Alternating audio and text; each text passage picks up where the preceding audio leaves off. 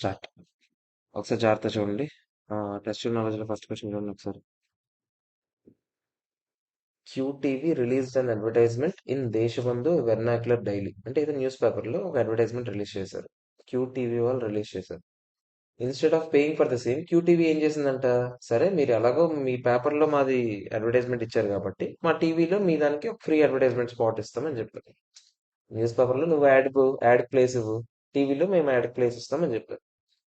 Which was duly utilized by Deshabandhu. అంటే ఇక్కడ ఏం నాన్ మానిటరీ కన్సిడరేషన్ అయినా కాదా చెప్పండి.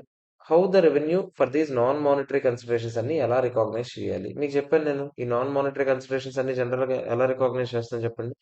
ఫెయిర్ వాల్యూ ఎంత ఉందో చూస్తాం, ఫెయిర్ వాల్యూకే కదా రికాగ్నైజ్ చేస్తాం, అంతేనా.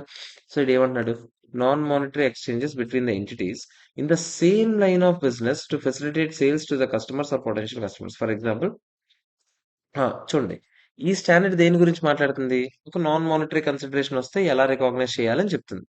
కానీ 115 స్పెసిఫిక్ గా ఏం చెప్పాడు చూడండి, సేమ్ లైన్ ఆఫ్ బిజినెస్ లో ఉన్న వాళ్ళు ఎవరైనా సరే, వాళ్ళొక సర్వీస్ గూడ్స్ ఇచ్చి నువ్వు ఒక సర్వీస్ గూడ్స్ తీసుకుని ఇద్దరు సేమ్ లైన్ ఆఫ్ బిజినెస్ లో ఉంటే వాటి గురించి 115 మాట్లాడదంట.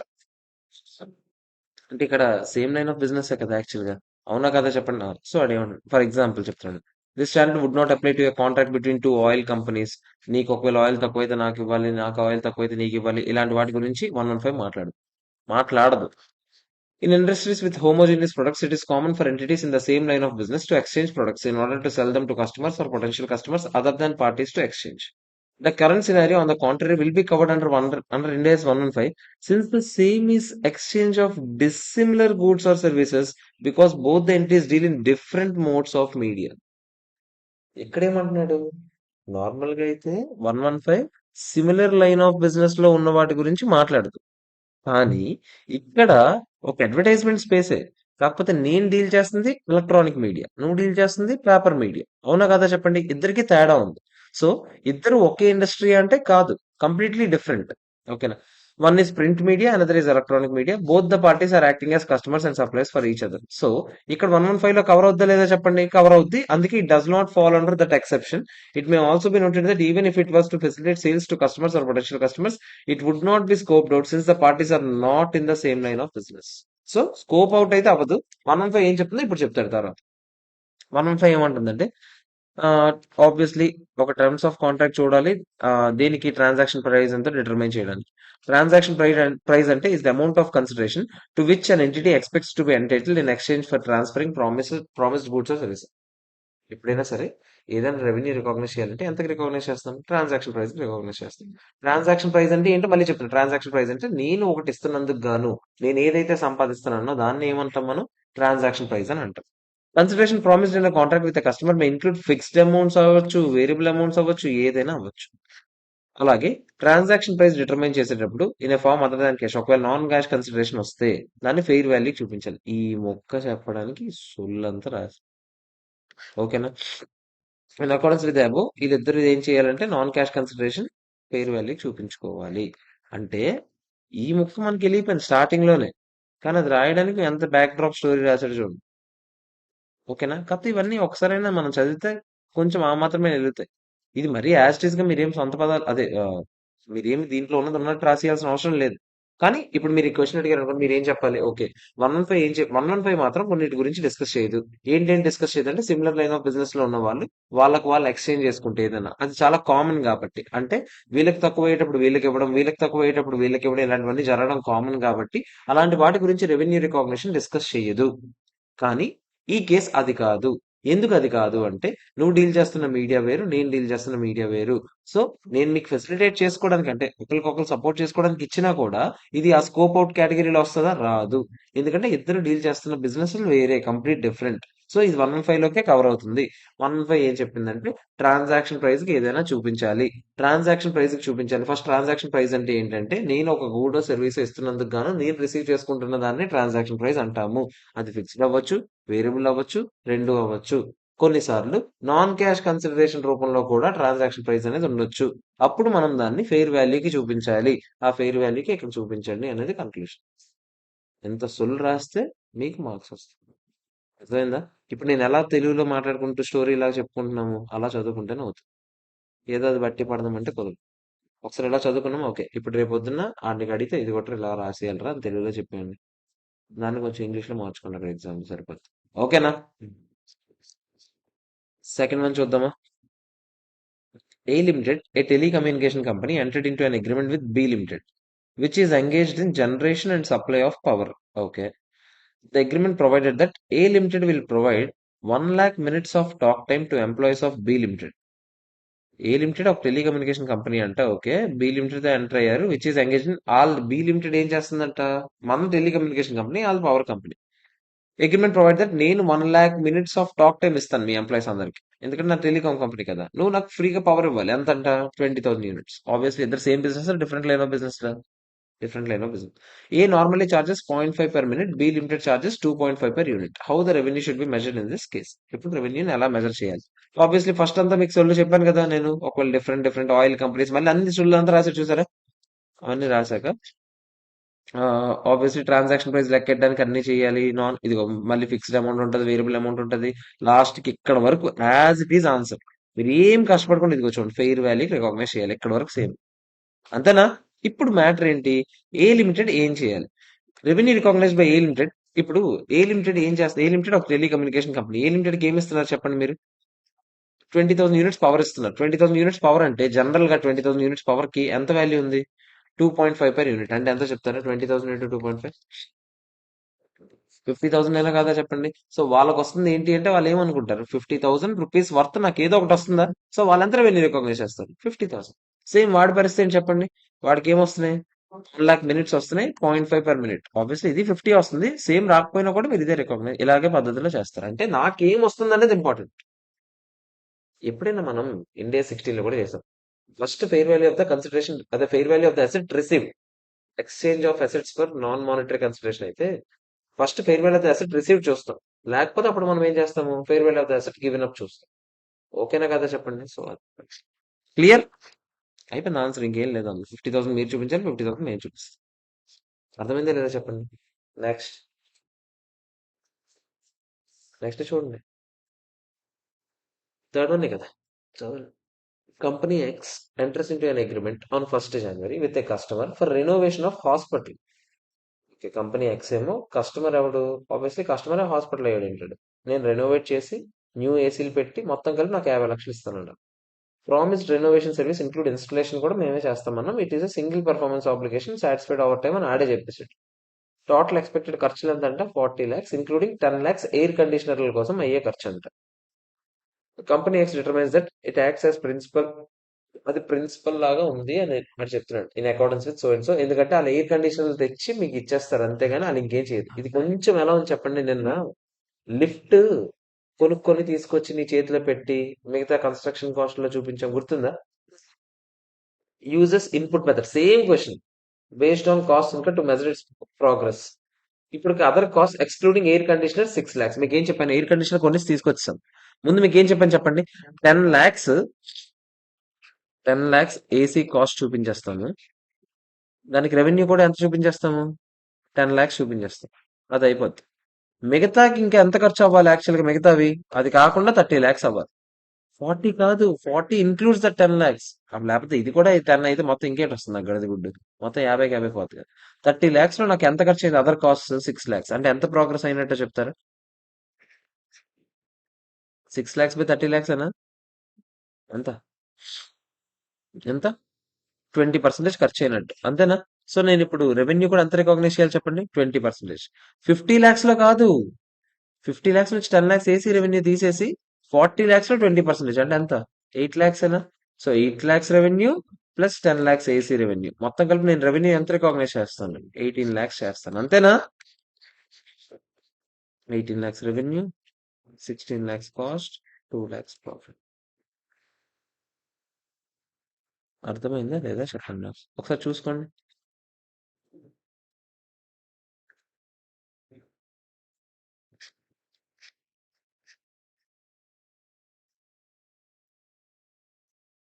చూసుకోండి నాకు అమ్మ.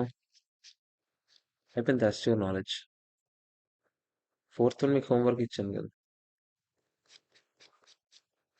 ఇది ఇందులో 6 lakhs కాస్ట్ లో అంటున్నావా? ఇది కాస్ట్. కాస్ట్ ఎంత అయింది? 6 lakhs ప్లస్ 30 lakhs అంటే ఎంత పర్సెంటేజ్ ఖర్చు అయింది?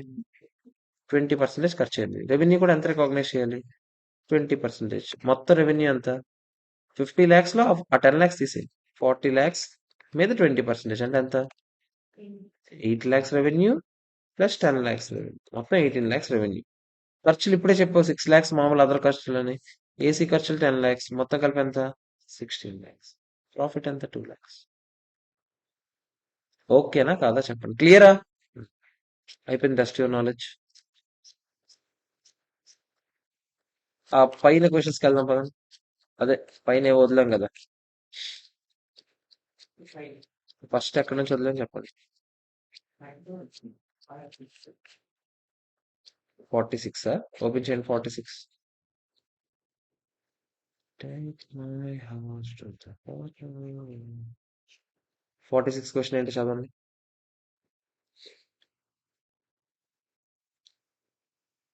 చదవాలి 46th క్వశ్చన్. ఒక్క నిమిషం. Hello. Okay. Company Z is a developer in manufacturer of defense systems that is primarily a tier 2 supplier of parts and integrated systems to original equipment manufacturers in the commercial markets. అదే మనోరు ఇది రాసుకురా, ఇక్కడ light కూడా రాసుకో. Company Z is a developer and manufacturer of defense systems that is primarily a tier 2 supplier of parts and integrated systems to original equipment manufacturers in the commercial markets. Okay. Company Z enters into a contract with Company X for the development and delivery of 5,000 highly technical specialized missiles for use in one of the Company X platforms. Z ఏమో developer and manufacturer of defense systems. Okay. తయారు చేసి defence systems తయారు చేసి మనం ఏం చేస్తాము? Original equipment మ్యానుఫ్యాక్చర్కి ఇచ్చేస్తాం. Company Z ఇప్పుడు కంపెనీ ఎక్స్ తో కాంట్రాక్ట్ ఎంటర్ అయ్యాం. మీకు మేము ఒకటి ఇస్తాం. ఏంటది? 5,000 హైలీ టెక్నికల్ స్పెషలైజ్డ్ మిజైల్స్ ఇస్తాము. మీరు మీ దగ్గర ఎక్కడ వాడుకుంటారు అది అది నేను మీకు ఇవ్వాలి. సింపుల్ చెప్పాలంటే company Z supplier, company X customer ప్రస్తుతానికి. As a part of the contract company X ఎంత ఇస్తానని చెప్పింది నాకు ఎంతైతే ఖర్చు అయిందో cost plus an award fee up to 100 crores. Up to 100 crores అని చెప్పారు. దాని గురించి ఏం చెప్పలేదు. అవార్డ్ ఫీ ఎంత ఇస్తారు? అప్ టు 100 crores వరకు ఎంతైనా రావచ్చు నీకు అవార్డ్ ఫీజు. అది ఎంత చెప్తారు చూద్దాం. The consideration will be paid by the customer related to costs incurred near the time companies that incur such costs. However, the 100 crores award fees ఏదైతే ఉందో is awarded upon successful completion of the development and test fire of a missile to occur in 16 months from the time the contract is executed. అంటే ఇంకో 16 months లో అదేదో test fire జరగబోతుంది. దాని progress బట్టి దాని పెర్ఫార్మెన్స్ బట్టి నీకు ఎంత ఇవ్వాలని ఆలోచిస్తాము. 100 కోట్లు. Contract specifies that Z will earn up to 100 crores based on X assessment of Z's ability to develop and manufacture a missile that achieve multiple factors, including final weight, velocity, and accuracy. Partial award fees may be awarded based on predetermined scale based on their success. ఏదో కొంచెం release చేయొచ్చేమో కానీ ఆ మిగతా డబ్బులన్నీ మేము పూర్తిగా test చేశాక మా అసెస్మెంట్ బట్టి మీకు అవార్డ్ ఫీజ్ ఎంత ఇవ్వాలో డిసైడ్ చేస్తారు. Assume Z has assessed the contract under Ind AS 115 and determined award fees represents variable consideration. Obviously, ఇది వేరియబుల్ కన్సిడరేషనే కదా. అవునా కదా? వాళ్ళు చేసింది కూడా ఓకే. వాళ్ళ అసెస్మెంట్ ప్రకారం Z has estimated total of 80 crores in the transaction price related to the variable consideration. అంటే వేరియబుల్ కన్సిడరేషన్ ఒక 80 crores వస్తుందని వాళ్ళు ఎస్టిమేట్ చేస్తున్నారు. Ind AS 115 ప్రకారం వాళ్ళు చేశారంట. For the entity has concluded that it should recognize revenue over time for a single performance obligation using cost to cost input method. Analyze whether there is any significant financing component ఉందా లేదా అనేది question. యాక్చువల్గా దీని గురించి మనం ఆ significant financing component కొన్నిసార్లు ఉండదు అని చెప్పి కొన్ని కేసెస్ మాట్లాడాం. అదే 5% కన్నా తక్కువ ఇంట్రెస్ట్. ఏదా కేసెస్? ఎక్సెప్షనల్ కేసెస్ ఇదే కదా. చూడండి ఒకసారి. 5% కన్నా తక్కువ ఉన్నా అడ్వాన్స్ లో డబ్బులు ఇస్తాడు కస్టమర్. ఒకవేళ లేటర్ డేట్ లో ఇవ్వమని చెప్పాడని నేను ఆపిన. టైం గ్యాప్ 1 year కన్నా తక్కువ ఉన్నా. ఇంకోటి ఏంటి? ఏదది? Other than financing. ఇక్కడ చూడండి. ఇందులో క్వాలిటీ చెకింగ్ కోసం ఏదైనా డబ్బులు హోల్డ్ చేసినా ఇలాంటివన్నీ చెప్పాం మనం అందులో ఎక్సెప్షనల్ కేసెస్ లో. అంతేనా? ఇప్పుడు ఒకసారి చూద్దాం. ఇక్కడ ఏం జరుగుతుంది? Company Z will transfer the control over time beginning shortly after the contract is executed. Once contract complete అయ్యాక నేనైతే ట్రాన్స్ఫర్ ఇచ్చేస్తాను. But will not receive the cash consideration relating to the award fees. ఎందుకు? Award fees 16 months తర్వాత అదేదో జరగబోతున్న test లో successful failure అనే దాన్ని బట్టి ఆ డబ్బులు రిలీజ్ చేస్తారు. అవునా? ఇది కాంపనెంటా కాదా చూడాలి. The intention of the parties negotiating the award fees. ఇక్కడ ఈ అవార్డ్ ఫీజ్ ఇంటెన్షన్ ఏంటో చెప్పండి. అవార్డ్ ఫీజ్ ఇంటెన్షన్ ఏంటి? ఇక్కడ నేను ఆ డబ్బులు హోల్డ్ చేయడానికి రీజన్ ఏంటి? ఆ 100 కోట్లు అది నిజంగా ఎంత బాగా పనిచేస్తుంది, ఎంత బాగా పనిచేయట్లేదు అనే దానికోసం మాత్రం నేను హోల్డ్ చేశాను గానీ, నాకు ఇంకా ఎటువంటి ఇంటెన్షన్ అయినా ఉందా?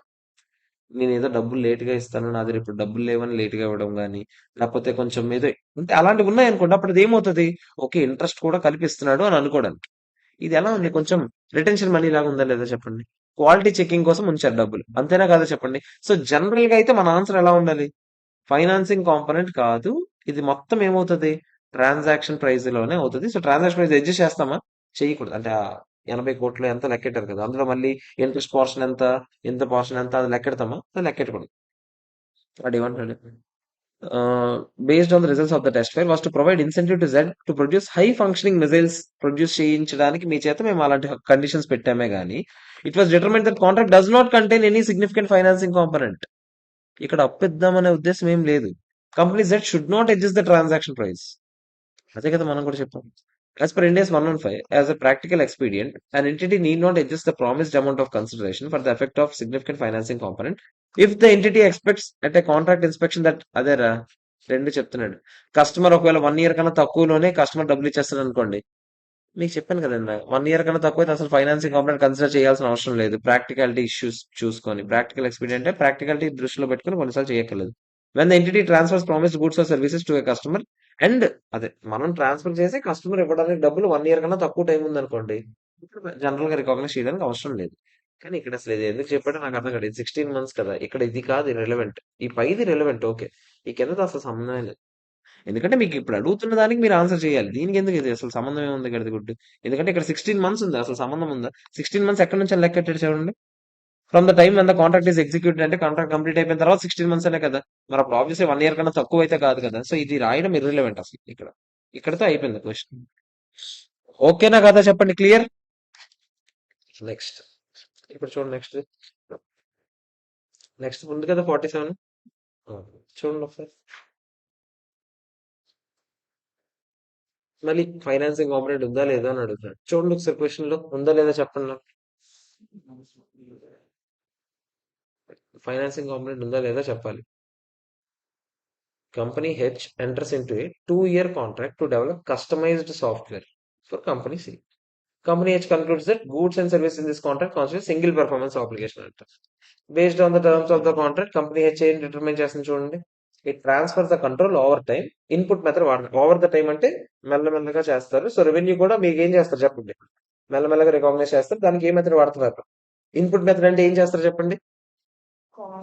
కాస్ట్ ఇప్పుడు వరకు ఎంత అయిందో ఖర్చులు చూసుకొని అంత పర్సెంటేజ్ రెవెన్యూ ఇందాకలే చేశాం కదా.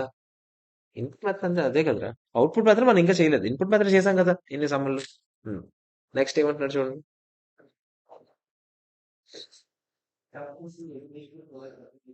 Company C agrees to provide company H monthly progress payments ఇస్తామని చెప్పారు. Based on the expectation of timing of cost to be incurred, company H concludes that progress payments are being made such that timing between the transfer of control and payment is never expected to exceed 1 year. అంటే 1 year కన్నా అంత ఎక్కువ అయితే లేదంట. ఇది నాకు అయ్యే ఖర్చు ఎక్కువ అయి ఉండొచ్చు. నాకు అయ్యే ఖర్చు ఎక్కువ అయితే నేను ఇన్పుట్ మెథడ్ ప్రకారం నాకు రెవెన్యూ కూడా ఏమనుకుంటాను చెప్పండి. ఫర్ ఎగ్జాంపుల్ నేను 30% ఆఫ్ ద కాస్ట్ ఇప్పుడే పెట్టేశాను. నా లెక్క ప్రకారం రెవెన్యూ ఎప్పుడు రికగ్నైజ్ చేస్తాను? 30% ఇప్పుడే రికగ్నైజ్ చేస్తాను. కానీ ఆడు ఏమన్నాడు? మంత్లీ మంత్లీ పేమెంట్ చేస్తానని చెప్పాడు. ఆడు చెప్పు మంత్లీ మంత్లీ చేస్తానని చెప్పాడు. 2 years పాటు మంత్లీ మంత్లీ అంటే సమ్ 24 ఇన్స్టాల్మెంట్స్ అనుకుందాం. అంటే యావరేజ్ గా 100/24 అంటే ఇంచుమించు ప్రతి ఇన్స్టాల్మెంట్ లో ఒక 4% డబ్బులు కడతాడు. 4 to 5% డబ్బులు. ఓకేనా?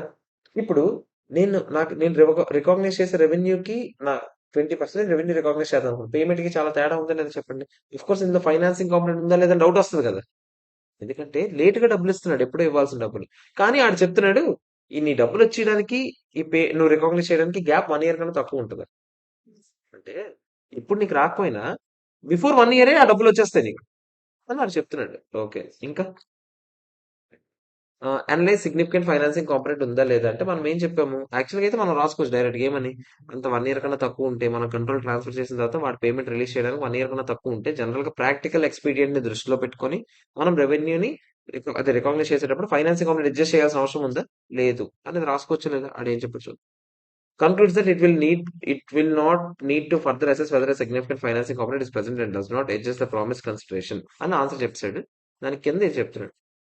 సో అదే కదా మనం కూడా చెప్పాము. అంతేనా కదా? మరి అప్పుడు ఆబ్వియస్లీ ఏం చేయాలి చెప్పండి? కొంచెం డబ్బులే వచ్చాయి. రెవెన్యూ మాత్రం మీరు రికగ్నైజ్ చేస్తారు. మిగతా డబ్బులు ఏమవుతాయి చెప్పండి? ఇప్పుడు 20 కోట్లు అని చూపించాలి.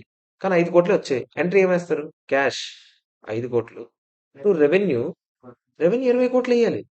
ఇన్పుట్ మెథడ్ వాడినట్టు రెవెన్యూ 20 కోట్లు వేయాలి. అంతేనా కదా చెప్పండి? ఇప్పుడు ఫస్ట్ డెటార్స్ సేల్స్ ఎంత వేస్తాము? 20 కోట్లు 20 కోట్లు. వాడు 5 కోట్లు ఇచ్చాడు అనుకోండి. ఆబ్వియస్లీ ఏమవుతుంది అంటే చెప్పండి? ఎంత? క్యాష్ 5 కోట్లు టు డెటార్స్ 5 కోట్లు. అంతేనా? సో ఇది ఏమవుతుంది చెప్పండి? ఒక కాంట్రాక్ట్ అసెట్ క్రియేట్ అవుతుంది. రిసీవబుల్ అని చూపిస్తాం. అంతేనా కదా చెప్పండి? లేదా ఒకవేళ 5 కోట్లు రికగ్నైజ్ చేయాల్సిందే 15 కోట్లు ఇస్తాడు. అయినా కూడా మీకు ఏం చెప్పాడు? 1 ఇయర్ లోనే సెటిల్మెంట్ అవుతుంది కాబట్టి ఇది కూడా ఇంట్రెస్ట్ కాంపనెంట్ ఏమి అడ్జస్ట్ చేయొద్దని చెప్పాడా లేదా? అంతేనా కదా? అప్పుడు ఫర్ ఎగ్జాంపుల్ 5 కోట్లు రావాలి. కానీ 15 కోట్లు వచ్చింది. అప్పుడు మీరేం చేస్తారు చెప్పండి? క్యాష్ 15 కోట్లు వచ్చింది. డెటార్స్ 5 కోట్లకి డెటార్స్ అయిపోయింది. మిగతాదంతా ఏమవుతుంది చెప్పండి? కాంట్రాక్ట్ లయబిలిటీ, డిపాజిట్ లయబిలిటీ లాగానే. అవునా కదా చెప్పండి? క్లియరా కాదా చెప్పండి? ఓకే. నెక్స్ట్ ఏంటో చూద్దాం.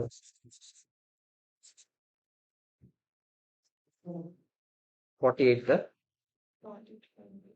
ఇది 48 హోంవర్క్. ఇంకా నెక్స్ట్ ఎక్కడ ఆపాయి? 48 హోంవర్క్ ఇచ్చానండి. నెక్స్ట్ ఇది 55. 55 కాదే, 50 55 55 52 హోంవర్క్ 55 55 ఓపెన్ చేయండి. ఇదే మీకు చెప్పాను కదా కింద ప్రీవియస్ పేపర్ క్వశ్చన్స్ లో క్వశ్చన్ ఉందిరా, పైన ఇక్కడ చేస్తాము అక్కడ సేమ్ సిమిలర్ టు అని చదివాం. ఇది ఏంటో చూద్దాం. ఇది ఆల్రెడీ మనం థియరీ ఎక్స్ప్లెయిన్ చేసేటప్పుడు ఎగ్జాంపుల్స్ లాగా చెప్పేసాము. చూడండి ఒకసారి చూద్దాం. And entity regularly sells products X Y Z individually. కావాలంటే వేరు వేరేగా అమ్ముతుందంట. ఎంత అమ్ముతుంది? 50, 25, 45. Thereby establishing the following stand alone selling prices అని చెప్పాడు. ఓకే. ఎక్స్ వై జెడ్ ఇచ్చాడు. In addition the entity regularly sells products Y and Z కలిపి కూడా అమ్ముతారంట. అదేరా మీకు గుర్తుందా? ఇది చేసాము ఎగ్జాంపుల్స్. ఈ రెండు కలిపి ఎంతకు అమ్ముతామంట? 50,000 అమ్ముతాం. An entity enters into a contract with the customer in exchange for 1 lakh rupees కి మనం ఎంటర్ అయ్యాం. Entity will satisfy the performance obligation for each of the products at different points in time. Or product Y and Z at same point of time. Determine the allocation of transaction price to product Y and Z. మీకు ఏం చెప్పాను చెప్పండి? First time divide చేసేటప్పుడు ఏం చేస్తాం? 1 lakh ని X కి Y and Z కి ఇచ్చేస్తాం. obviously 1 lakh కాబట్టి ఎందుకు ఇంకా హ్యాపీ? సారీ నేను తప్పేసాను లాక్. అంతే. 50,000 దీనికి 50,000 దీనికి. అంతేనా కదా చెప్పండి? తర్వాత ఈ 50,000 మళ్ళీ ఫర్దర్ గా ఎలా క్లాసిఫై చేస్తాను? 25:45 రేషియోలో. ఎంత అవుతుందో చెప్తారా? ఇది ఎక్స్ కి 50,000. దీనికి ఎంత చెప్తారు? 50,000 ఇంటూ 25/70 ఎంత? 857 ఎంత వచ్చింది? ఇక్కడ ఆబ్వియస్లీ 32,000 ఎంత చిల్లర వస్తుంది? 143 వచ్చింది. ఓకేనా కదా చెప్పండి? ఇది మనం లెక్కెట్టింది. 17,857, 32,143, 50,000. ఇది ఓకేనా కాదా చెప్పండి నాకు? క్లియరా కాదా? నెక్స్ట్ ఏంటో చూద్దాము. The entity enters into a contract with the customer to sell products XYZ. అందులోనే రెండో part of the question. As described in case A. Case A లాగానే XYZ అమ్ముతామని చెప్తాం. Contract also includes a promise to transfer product alpha. ఆల్ఫాని ఇంకో product కూడా అమ్ముతామని చెప్పాం ఏబిసితో పాటు. Total consideration in the contract ఎంతంట? 1,30,000. Stand alone selling price alpha అది మనకు తెలియట్లేదంట. Because the entity cells product alpha to different customers for broad range of amounts 15,000 నుంచి 45,000 మధ్యలో ఎంతైనా ఉండొచ్చు అంట. మీకు ఆబ్వియస్లీ రెసిడ్యూల్ అప్రోచ్ అని ఒకటి చదివాం. ఒక దానికి స్టాండ్ అలోన్ ప్రైస్ దొరకకపోతే మిగతా మూడింటికి దొరికాయి కాబట్టి వాటికి అలోకేట్ చేసి మిగతా డబ్బులు మనం తీసుకెళ్లి దేనికి అలోకేట్ చేస్తాం చెప్పండి? దీనికి ఇచ్చేయచ్చు. అంతేనా కాదా చెప్పండి? ఈ లెక్క ప్రకారం మీకు తెలుసు ఎక్స్ కి 50,000 అని, వై అండ్ జెడ్ కలిపి ఎంత తెలుసు మీకు? ఎంత? 50,000 అని. అప్పుడు ఆబ్వియస్లీ మిగిలింది ఎంత చెప్పండి? 1,30,000 లో 50 పోగా 30,000 కదా మిగిలింది. ఆ 30,000 ప్రొడక్ట్ ఆల్ఫాకి ఇచ్చేస్తే సరిపోద్దా లేదా చెప్పండి? అంతేనా కదా? మళ్ళీ ప్రొడక్ట్ వైజ్ అంటే మీరు డిఫరెంట్ మార్చుకోవడం మీకు తెలుసు కదా ఎలా మార్చుకుంటారు అది అయిపోతుంది. సేమ్ క్వశ్చన్ వెళ్ళవచ్చే క్వశ్చన్. ఇది అంతా ఏంటి సార్ అంటే ఇదంతా సోది. ఇదంతా ఇప్పుడు మనం రాయబోయే ఆన్సర్ సొల్లు రాయాలి. మూడోది ఏంటో చూద్దామా? Same facts as in case B అంటే apply to case C except the transaction price 1,05,000 అని అంట ఇన్స్టెడ్ ఆఫ్ 1,00,000. 1,05,000 అన్నాడు. ఒకసారి ఆగండి. ఆ, ఇంకేమైనా చెప్పాడా? ఇంకేం చెప్పలేదు. ఒకసారి చూడండి. రెసిడ్యూల్ అప్రోచ్ వల్ల ఆబ్వియస్లీ ఏమవుతుంది? ఇక్కడ చూడండి. రెసిడ్యూల్ అప్రోచ్ వాడామనుకోండి ఇప్పుడు 5,000 ఇస్తాం ఆల్ఫాకి. కానీ ఆల్ఫా ప్రైస్ రేంజ్ ఎలా ఉంది? 15 నుంచి 50,000 మధ్యలో ఉంది. గుర్తుందా మీకు? ఇక్కడ చూడండి క్వశ్చన్ లో ఆల్ఫా ప్రైస్ 15 to 45,000 మధ్యలో ఉందా లేదా చెప్పండి. మరి ఇప్పుడు 5,000 ఇస్తే అన్యాయం కదా? అవునా కాదా చెప్పండి. అర్థమైంది ఇక్కడ మీకు ప్రాక్టికల్ గా ఏం వచ్చినప్పని. So alpha because 5,000 does not approximate ఆ రేంజ్ లో లేదు. ఇప్పుడు ఏం చేయాలంట? Consequently entity reviews its observable data including sales margin reports stand alone selling price కనుక్కోవడానికి ఇంకేదైనా మెథడ్ కనుక్కోండి. ఈ మెథడ్ అయితే వాడకండి, రెసిడ్యూల్ అప్రోచ్ మెథడ్. ఇంకేదైనా మెథడ్ అంటే ఖర్చు ఎంత అవుతుంది దానికి ప్లస్ మార్జిన్ యాడ్ చేయండి. ఇప్పుడు ఎంతో కొంత ఆల్ఫా తాలూకు స్టాండ్ అలోన్ ప్రైస్ వస్తుంది. ఇప్పుడు వాటి స్టాండ్ అలోన్ ప్రైస్ అన్ని ఉన్నట్టే కదా అందరివి. ఆ రేషియోలో డివైడ్ చేయండి. ఏదో ఒకటి చేయండి. ఈ మెథడ్ అయితే వాడతారా? వాడరు. Close answer. అంతే. ఇది వాడకూడదని చెప్పడం ఇది ఆన్సర్. అర్థమైందా లేదా చెప్పండి. వాడడానికి మన దగ్గర ఏం లేదురా డేటా. ఆడికి ఏదైనా ఇచ్చుంటే మనం ఏదో చేయడానికి ఏం ఇవ్వలేదు. అర్థమైందా లేదా? క్లియర్. నెక్స్ట్. ఇదేనా 56? నెక్స్ట్ 56 చూడండి ఒకసారి క్వశ్చన్. 56 క్వశ్చన్ చదవండి. An entity enters into a contract with a customer for two intellectual property licenses, license A, license B, which the entity determines to represent two performance obligations each satisfied at a point in time. Just అంటే దానిది వేరే దీనిది వేరే ఒకేసారి అయిపోతాయి. Over the period of time ఏం కాదు. Standard లో సెల్లింగ్ ప్రైస్ ఎంత అంట? 16 లక్షలు, 20 లక్షలు. సరే ఇది కూడా చేస్తాం రా మనం. మీకు గుర్తుంటే 16, 20కి అమ్మాడు అనుకో, 16, 20 వేరు వేరేగా డివైడ్ చేసుకుంటాం. కానీ ఒకదానికి 6 లక్షలు ఇచ్చి ఇంకో దానికి సేల్స్ బేస్డ్ రాయల్టీ అని చెప్పి 30 లక్షలు ఇచ్చాడు. యాజ్ టీస్ ఎగ్జామ్ మీకు చూపిస్తున్నాను. ఇది చూడండి ఒకసారి ఇక్కడ చూడండి. ఇదిగో 16 లక్షలు, 20 లక్షలు. 16, 20 డైరెక్ట్ గా 16, 20 అయితే ఏం పర్లేదు. 16, 20 ఇచ్చిండే వాళ్ళు. కానీ అలా కాదు, సేల్స్ బేస్డ్ రాయల్టీ ఇస్తాను దానికి దీనికి ఏదో లింక్ పెడతాను అని చెప్పి దానికి 6 లక్షలు దీనికి 30 లక్షలు ఇలాంటివి ఏవో చెప్పాడు. ఓకేనా? అలాంటివి అయినప్పుడు ఏం చేయాలి అది నేను మీకు ఎగ్జాక్ట్ గా చెప్పాను. ఓకేనా? సో ఆ సమ్ అక్కడ మనం డిస్కస్ చేసాం. యాజ్ టీస్ గా మీరు ఇక్కడ చేయాలి. ఓకేనా కదా? ఇది ఓపెన్ చేయండి. 57 ఉందా? 57, 58 ఉందా? అంతేనా? 57, 58 తర్వాత మిగతా అయిపోయినట్టే కదా ఇవి. 57, 58 చూడండి. 57 ఓడియం క్వశ్చన్ కి అసలు ఎంత ఆన్సర్ కి ఏం సంబంధమే లేదురా. క్వశ్చన్ ఏంటో చూడండి అసలు చూద్దాం. Consultant enters into an arrangement to provide due diligence valuation software implementation service ఇస్తామని చెప్పాం. మొత్తం కలిపి 2 కోట్లు అని చెప్పాం. మూడింటికి వేరు వేరేగా చెప్పాడు. 80 లక్షలు, 20 లక్షలు, ₹1,00,00,000. ఓకే. స్టాండ్ అలోన్ ప్రైజెస్ ఇచ్చాడు సింపుల్ గా చెప్పాలి. Consultant can earn 20 lakhs bonus if it completes the software implementation by 30th September or 10 lakhs bonus if it completes the software implementation by 31st December. 31st December లోపు complete చేస్తే 10 lakhs bonus. 30th September లోపు complete చేస్తే 20 lakhs bonus. అంటే ఎన్ని outcomes ఉన్నాయి? 3 ఉన్నాయి actually. అసలు complete చేయకపోతే అసలు ఏ బోనస్ రాదు కదా. 31st December కన్నా తర్వాత చేస్తే నాకు బోనస్ వస్తుంది ఇంకా. సో అవుట్కమ్స్ అయితే 2 కన్నా ఎక్కువే ఉన్నాయి. చూసుకోండి, చదువుకోవడానికి 2 లాగానే అనిపిస్తుంది. కానీ యాక్చువల్గా ఆలోచించండి, 3 ఉన్నాయి ఇక్కడ. అంతేనా కదా? తర్వాత అసలు చూద్దాం దాని గురించి ఏంటో తర్వాత. ఇది ఏదో ప్రైజ్ ఇచ్చాడు, ఇండివిజువల్ ప్రైజ్లు. కాంట్రాక్ట్ ఇన్సెప్షన్ అప్పుడు consultant believes that it will complete the software implementation అది క్లియర్ గా చెప్పేస్తున్నాడు. బై 30th January కంప్లీట్ చేస్తామని అది పక్కా చెప్తున్నాడు. అంటే 100% ప్రాబిలిటీ ఇస్తున్నాడు అనుకోండి. ఓకేనా? ఆఫ్టర్ కన్సిడరింగ్ ద ఫ్యాక్టర్స్ వాడు ఇస్తున్నాడు అని అనుకోవాలి. ఇక్కడ యాక్చువల్ గా అవుట్కమ్ ఎక్స్పెక్టెడ్ ప్రాబిలిటీ మెథడే వాడాలి. కానీ మీకు చెప్పాను, ఒకవేళ వాడు గనక ఒకటే వాడండి అని ఆడే చెప్తే మీకు చెప్పాను కూడా, ఆ కుక్కను చూపించి నక్కంటే మీరు నక్కనానండి. ఆడు అందుకే అది కూడా ఎగ్జాంపుల్ ఇచ్చాడు కదా. మామూలుగా అయితే మోస్ట్ లైక్లీ మెథడ్ ఒక 2 అవుట్కమ్స్ ఉన్నప్పుడే వాడాలి. కొన్నిసార్లు ఒక 3 అవుట్కమ్స్ ఉన్నప్పుడు కూడా మోస్ట్ లైక్లీ మెథడ్ వాడి చేయలేదా మనం. వాడు ఇచ్చినప్పుడు మనం ఇంకేం చేయలేదు. The consultant cannot conclude that significant reversal would not occur cannot conclude అంట. మామూలుగా అయితే కంక్లూడ్ చేయాలి ఏమని, సిగ్నిఫికెంట్ రివర్సల్ జరగదు అని చెప్తే నేను ధైర్యంగా రెవెన్యూ రికగ్నైజ్ చేసేవాడిని. ఆడ చెప్పలేకపోతున్నాను. ఓకేనా, అంటే మనం చూపించకూడదు అంతే కదా. Since the consultant lakhs experience in complete similar projects మీద మనకు అంత నాలెడ్జ్ లేదంట. As a result consultant does not include the amount of early completion bonus transaction price లో ఆడ కలపలేదు. మంచిదే. On 1st July, consultant notes that project has progressed better than expected and believes that implementation will be completed by 30th September కల్లా complete అయిపోద్ది వాడికి నమ్ముతున్నాడు ఇప్పుడు మళ్ళీ. ఓకేనా, based on revise forecast. As a result consultant updates it's estimated transaction price మళ్ళీ ఇంకో 20 lakhs కూడా reflect చేసే విధంగా వాడు ట్రాన్సాక్షన్ ప్రైస్ ని అలోకేట్ చేద్దాం అనుకుంటున్నాడు. After reviewing the progress, consultant determines that it is 100% complete in satisfying its performance obligation for due diligence and valuation and 60% complete in satisfying its performance obligation for software implementation. ఒక్కొక్క దానికి ఒక్కొక్కటి అయింది. Transaction price ఏం చేయాలి ఇప్పుడు మీరు నాకు చెప్పండి. ఆ బోనస్ ఓన్లీ దేనికి రిలేటెడ్? సాఫ్ట్వేర్ ఇంప్లిమెంటేషన్ ఇంత టైం లోపల కంప్లీట్ చేస్తే బోనస్ ఇస్తామన్నారు. చెక్ చేయండి. సాఫ్ట్వేర్ ఇంప్లిమెంటేషన్ మాత్రమే లింక్. డ్యూ డిలిజెన్స్ కి వాల్యుయేషన్ కి లింక్ లేదు. ఏదైనా ఒక పర్టికులర్ ఐటమ్ ఒకదానికి లింక్ అయితే ఆ పర్టికులర్ దానికి లింక్ చేయాలా లేదా చెప్పండి, అవునా కదా.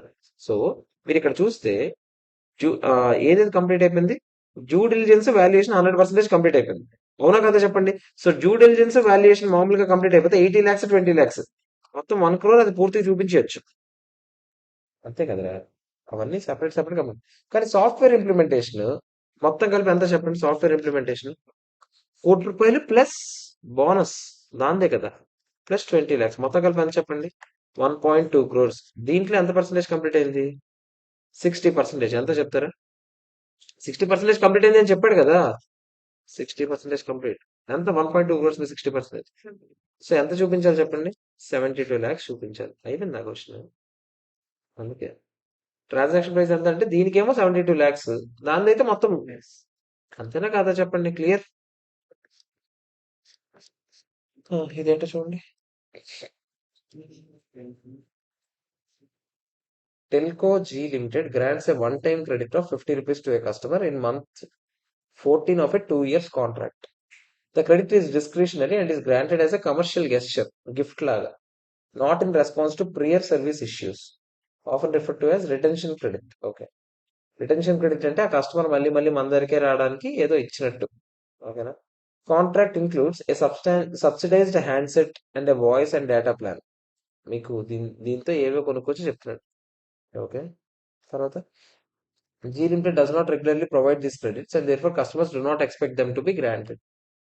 ఇప్పుడు దీన్ని ఎలా అకౌంట్ చేయాలి అని అడుగుతున్నాడు. ఏదో చిన్న యాక్చువల్గా కాంట్రాక్ట్ లో చిన్న మోడిఫికేషన్ జరిగింది. ఏం జరిగింది?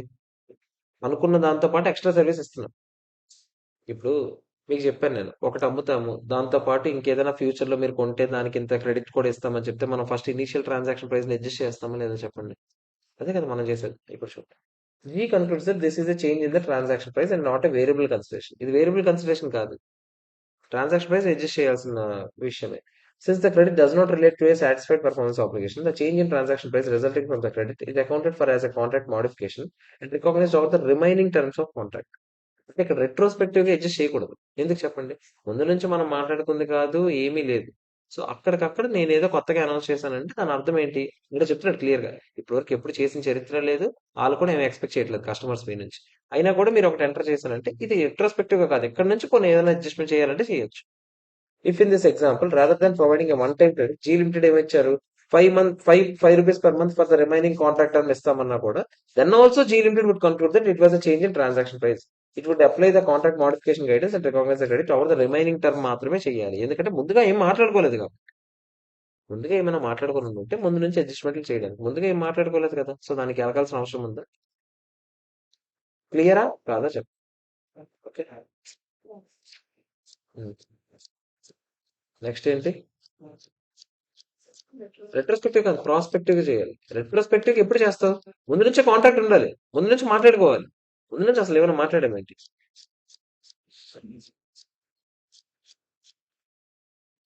నెక్స్ట్ ఏంటి?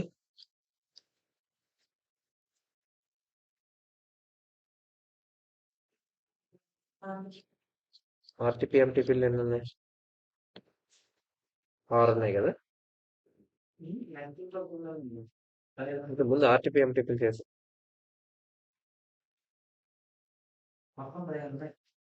ఆర్టీపీ ఎంటీపీలు ఇప్పుడు చేసేయగలిగితే చాలు.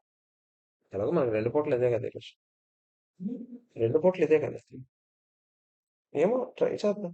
పెద్దవి కదా. మాక్సిమం అవ్వదు. 6 తప్ప అవ్వదు. అక్కడ 9 ఉన్నాయి. 9లో మనం ఏదో హోంవర్క్‌లు అన్నాం కదా! ఒకటి ఇచ్చాను కదా! ఇప్పుడే చెప్పాను కదా! సిమిలర్ టు ఏదో ఇల్లస్ట్రేషన్ అని చెప్పాను. అంటే 7 ఉన్నాయి అక్కడ. అంతేనా? ఆ 7 అక్కడ మామూలుగా 10 ఉన్నాయా? అవి చిన్నవా? అవి చేసేద్దాం ఫస్ట్ అయితే. ఏవి చిన్నవి ఉన్నాయో అవి చేసేద్దాం ఫస్ట్.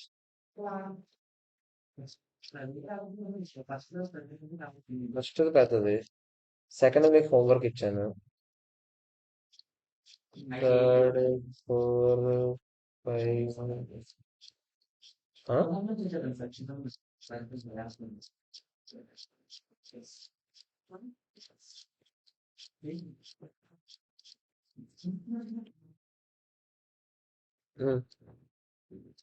పెద్దవే ఇవి కూడా. సరే 9, 10 చేద్దాం చూడండి ఫస్ట్. ఏది చేస్తున్నాం మనం ఇప్పుడు? అది ఆర్టీపీ ఎంటీపీ ఒకదాని హెడ్డింగ్. ఇంకో దాని హెడ్డింగ్ ఏంటి? సమ్ అదర్ ఎంటీపీ క్వశ్చన్స్ అంట. చూడండి సమ్ అదర్ ఎంటీపీ క్వశ్చన్స్ అంటే పేజ్ నెంబర్ ఎంత? 558 ఎన్ అంట. ఎడిషన్స్ అనుకుంటా కొత్తగా. చూడండి క్వశ్చన్ ఏంటో 9th వన్ చూడండి. 9, 10 చేద్దాం ఫస్ట్. మొత్తం కలిపి ఇక్కడ 8 ఉన్నాయి, అక్కడ 6 ఉన్నాయి, 14 ఉన్నాయి. అంతేనా? ఒక 4 అవగొట్టేస్తే చాలు. చిన్నవే కాబట్టి ఈ 4 అయిపోతాయి ఈజీగానే. చూద్దాం. X limited is engaged in manufacturing and selling of designer furniture. It sells goods on extended credit. X limited sold ఆగండి, నేను ఫర్నిచర్ డిజైన్ చేసి మ్యానుఫ్యాక్చర్ చేసి అమ్ముతాను. డిజైన్ చేసి నేనే మ్యానుఫ్యాక్చర్ చేసి అమ్ముతాను. It sells goods on extended credit. Sold furniture 40 lakhs customer అమ్మామంట. Payment which is receivable after 12 months అంట. Along with an interest rate ఎంత అంట? 3%. నేను ఇచ్చింది 3% ఇంట్రెస్ట్ రేట్, కానీ బయట మార్కెట్ లో ఎంత ఇంట్రెస్ట్ రేట్ ఉంది? మనం ఏం చేయాలి చెప్పండి? మనం మనం ఏం చేయాలి? ఇదిగో చూడండి. ఫస్ట్ మనకు 1 year తర్వాత కదా డబ్బులు వస్తాయి. క్యాష్ ఫ్లోస్ ఏంటో చెప్పండి. ఫస్ట్ ఇయర్ ఒకే ఒకటి ఉంది క్యాష్ ఫ్లో. 40 lakhs ప్లస్ ఆడెంత ఇస్తాడు? 3% ఇంట్రెస్ట్ కూడా ఇస్తాడు. ఆడిస్తాడు. మొత్తం కలిపి ఆడిచ్చేదంతా 41,20,000 అయినా. కానీ దీన్ని ప్రెసెంట్ వాల్యూ తీసుకురావడానికి మనం ఏం చేయాలి చెప్పండి? ఏ పర్సెంటేజ్ వాడాలి? ఆ 8% వాడు. 1.08 వాడండి. ఒకటే ఉందిరా ప్రెసెంట్ వాల్యూకి తీసుకురాడు. ఒక క్యాష్ ఫ్లో ఎంత చెప్పండి? 38,14,815 అయినా కాదా చెప్పండి? అంటే ఇంట్రెస్ట్ ఇన్కమ్ ఎంత ఉన్నట్టు? 3,05,185 ఇంట్రెస్ట్ ఇన్కమ్. మిగతాది మాత్రం రెవెన్యూ ఇన్కమ్ అవుతుంది. అంటే ఎంట్రీ ఏమేస్తారు తెలుసా? ఇనీషియల్ గా స్టార్టింగ్ లో అమ్మినప్పుడు క్యాష్ అదే సారీ రావాలి కదా డబ్బులు. Debtors account to sales account రాసుకోండి ఎంట్రీస్. 38,14,815 అని రాస్తాం. ఓకేనా? తర్వాత ఎంట్రీ ఏంటి? Debtors account to interest income ఎంత? 3,05,185. ఆబ్వియస్లీ డబ్బులు వచ్చాక ఎంట్రీ ఏంటో చెప్పండి? Cash account to debtors account. అయిపోయి 41,20,000, 41,20,000. ఇది రాసుకోవాలి 3 ఎంట్రీస్. ఫాస్ట్ రాసుకోండి. ఈజీరా.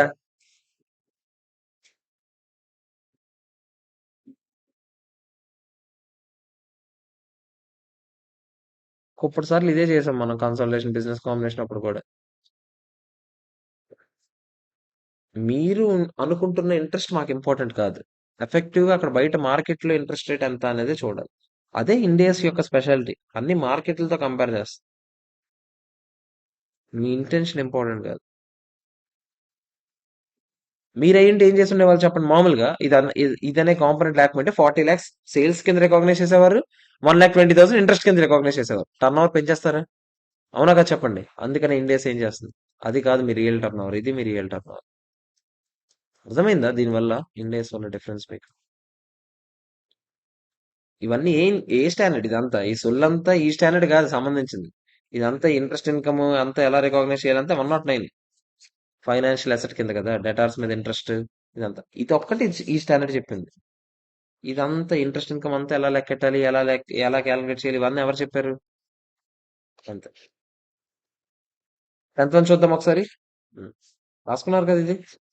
10th వన్ చూడండి. పెద్ద క్వశ్చన్ వచ్చి company has sold certain items to a customer with after sale service. అంటే ఆఫ్టర్ సేల్ సర్వీస్ ఇస్తామంట. For a period of 2 years from the date of such sale. That is 1 October 2017. Without any additional charges. Additional charges ఉండవంట. అంటే after sale service ఏదో చేస్తాం, దాని ఖర్చు కూడా దృష్టిలో పెట్టుకోవాలి మనం. అంతేనా? Total amount payable by the customer is agreed as follows. 31st January కన్నా ముందే కట్టేస్తే 8 lakhs, 28th February లోపల కడితే 8,10,000, 31st March లోపల కడితే 8,20,000. ఆబ్వియస్లీ ఇదంతా ఫైనాన్సింగ్ కాంపోనెంట్ ఉన్నట్టే. అంతే కదా? తర్వాత బేస్డ్ ఆన్ పాస్ట్ ఎక్స్పీరియన్స్ బట్టి it is highly probable that customer makes payment before 28th February కన్నా ముందే పేమెంట్ చేస్తాడని మన నమ్మకం. స్టాండ్ అలోన్ సెల్లింగ్ ప్రైస్ ఎంత అంట? మామూలుగా ఇది అమ్మితే 7 lakhs అంట. 2 years సర్వీస్ ఏదైతే ఆఫర్ చేసాం దాని స్టాండ్ అలోన్ ప్రైస్ ఎంత అంట? 1 lakh వాట్. ఇక్కడ 2 పెర్ఫార్మెన్స్ ఆబ్లిగేషన్స్ ఉన్నట్టేనా? అంతేనా కదా చెప్పండి. How many transactions are included in the above? ఎన్ని? 2 transactions. ఐటమ్ అమ్మాలి, సర్వీస్ ఇవ్వాలి. అంతేనా కదా చెప్పండి. What is the amount of revenue to be considered for revenue recognition? Revenue recognition కోసం మీరు ఏది తీసుకుంటారు? ఏది తీసుకుంటారు చెప్పండి. 8,10,000 కదా. ఎందుకు చెప్పండి? ఎందుకంటే 8 అంతే. అది ఏమడిగాడు అసలు? 7 lakh ప్లస్ 1,40,000, 8,40,000. సేల్ ప్రైస్ ఎంత అంటే 8,10,000, డిస్కౌంట్ 30,000 అంటే. అసలు ఏం చెప్దాం అనుకున్నాడు ఇందులో ఆన్సర్? 30,000 అని అన్నాడు. ఆగండి, తర్వాత ఇంకేం చెప్దాం అనుకున్నాడా? దాన్ని డివైడ్ చేసాడా ఏంటి?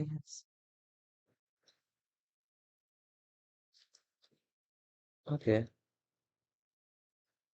ఆ 30,000 డిస్కౌంట్ ని కూడా డివైడ్ చేసాడు రెండిటికి వేరు వేరేగా.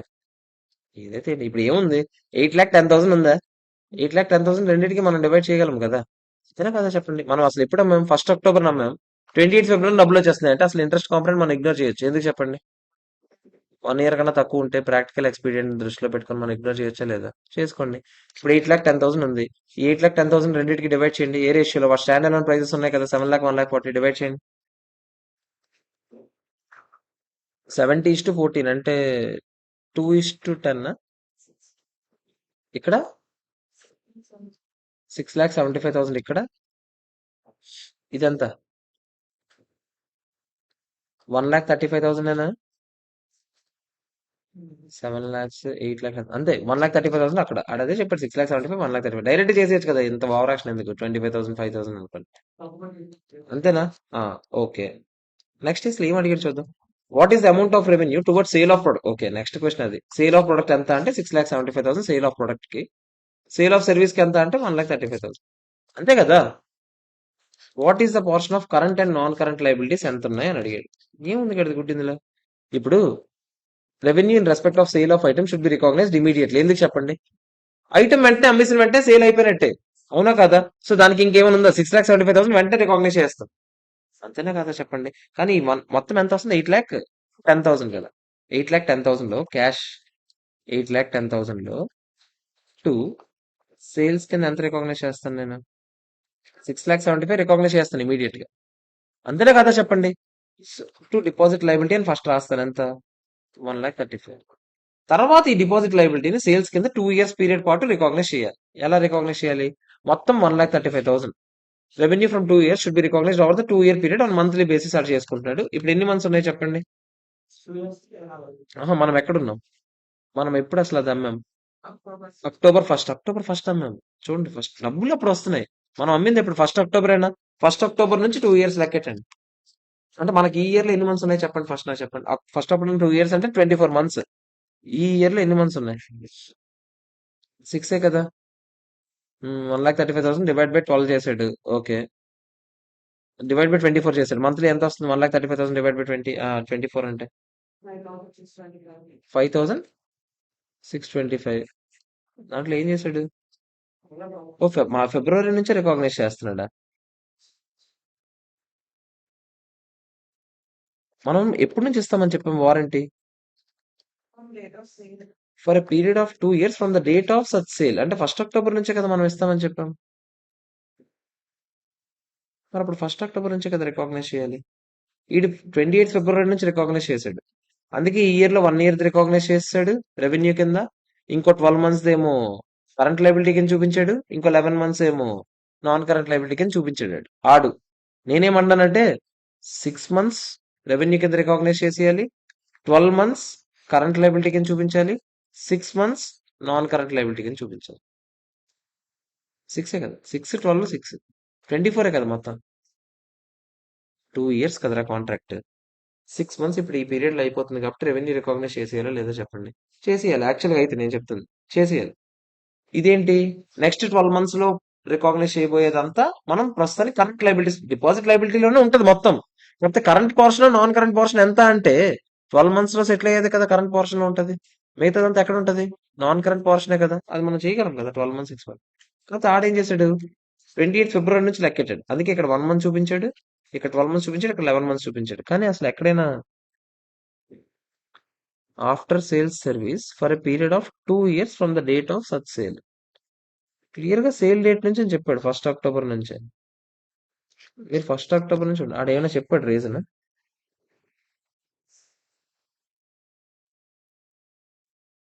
Amount of 2 years service period due with in 12 months, due after 12 months from the reporting date. అదే ఆడైతే చేసింది కరెక్ట్ కాదు. నేనైతే ఇదిగో రాస్తున్నాను, ఇక్కడ రాసుకోండి. మనం ఏం చేయాలి తెలుసా, మొత్తం 24 months కదా, అవునా. 1 month రెవెన్యూ, 1 month కదా, 6 months revenue this year, 12 months current liability, ఇంకో 6 months non current liability. Amount divide చేయండి. ఇక్కడ 33,750. ఇది కూడా ఆబ్వియస్లీ ఏమవుతుంది, 33,750 అవుతుంది. ఇది ఏమవుతుంది, 66,67,500 అవుతుంది. అంతేనా. ఎంట్రీ ఏంటి, అది ఎంట్రీ ఉండదు కదా గుడ్డి, దీనికి ఎంట్రీ వేస్తాం. ఏంటది, డిపాజిట్ లైబిలిటీలో కొంచెం అమౌంట్ ఎక్కడికి వెళ్ళిపోద్ది, రెవెన్యూకి వెళ్ళిపోద్ది, సేల్స్ కి. ఎంత, 33,750, 33,750. అంతేనా. మిగతా రెండు కరెంట్ లైబిలిటీలు ఎంత చూపిస్తాం, నాన్ కరెంట్, అది బ్యాలెన్స్ షీట్ ఐటమ్స్. డిపాజిట్ లైబిలిటీని కొంచెం కరెంట్ ఐటమ్స్ లో చూపిస్తాం, కొంచెం నాన్ కరెంట్ లో చూపిస్తాం. ఇది రాసుకోండి. ఇది ఫస్ట్ ఎంట్రీ, సెకండ్ ఎంట్రీ.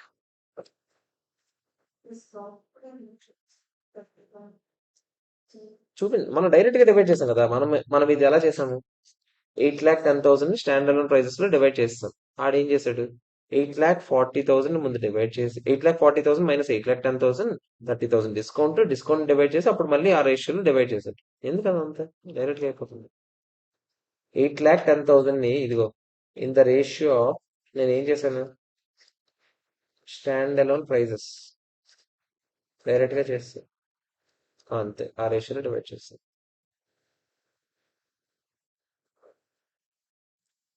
రాసుకోండి, balance sheet disclosure, balance sheet item, balance sheet item.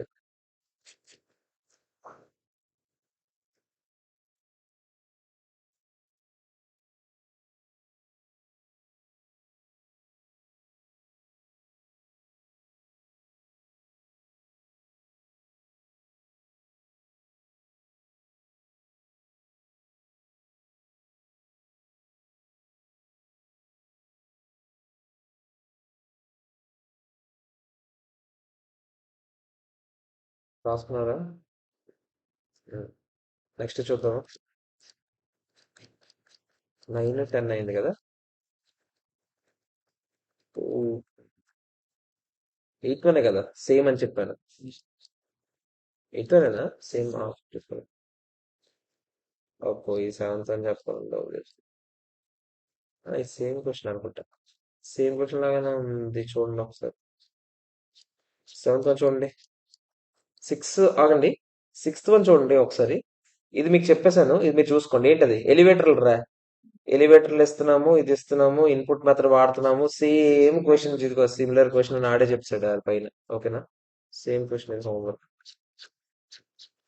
7th చూడండి, నాకు తెలిసి ఈరోజు దీంతో అయిపోద్ది పొద్దున్నకి. చూద్దాం అనుకుంటా, చూద్దాం. ఎన్నో క్వశ్చన్, 7th కదా, చూడండి ఒకసారి. ఎఫ్ఆర్ అది సాయంత్రం ఆ, అయిపోగొట్టారు. ఈరోజు అయిపోద్ది, ఈజీగా అయిపోద్ది ఈరోజు. కాకపోతే అనవసరంగా 2 days ఎక్స్ట్రా. ఇప్పుడు 2 days ఎక్స్ట్రా పోయిందంటే ఒక స్టాండర్డ్ పోయినట్టు మళ్ళీ. ఆడిట్ లేట్ చేయడమే. ఆడిట్ ఎలాగో చెప్తామని చెప్పాను. నా బాధ ఏంటంటే 11th నుంచి ఒక పూట అయితే ఖచ్చితంగా ఖాళీ అవ్వాలి నేను అడ్వాన్స్డ్ అకౌంట్స్ కోసం. ఇంట్రోకి auditing Q&A batch last time recordings ఉన్నాయి. ఈసారి ఆడిటింగ్ కొత్త చాప్టర్స్ ఏవైతే అయ్యాయో అవి ఓన్లీ థియరీ చెప్తాను. కొత్త టాపిక్స్ ఏవి అరే ఆ పంకజ్ గారు బుక్ కావాలరా. అది ఎలాగో ఆర్డర్ పెడతామా ఏంటి? నీ దగ్గర ఎవరి దగ్గర ఉందన్నా? పంకజ్ గారు లేదా? ఆడు మొన్న పెట్టాడు కదా రాజీ మెటీరియల్స్, అందులో పంకజ్ గారు ఉంది. పంకజ్ గారికి అయితే ఆర్డర్ పెట్టే ఈరోజు. మర్చిపోకు, తోలు దిగిపోతున్నాను. ఎందుకంటే అది రావడానికి ఎన్ని రోజులు పడుతుందో తెలియదు. 7th చూడండి. అవును వెంకటలక్ష్మి, నీ ప్లాన్ ఏంటి? ఇంటికి వెళ్తున్నావా ఏంటి? ఎక్కడ చదువుతావు? ఎక్కడ చదువుతున్నావా నువ్వు? ఎక్కడ చదువుతున్నావా? ఎక్కడ చదువుతారు? హాస్టల్ మారిపోయావు నువ్వు? తన హాస్టల్కి వెళ్ళిపోయావా? మరి ఆ?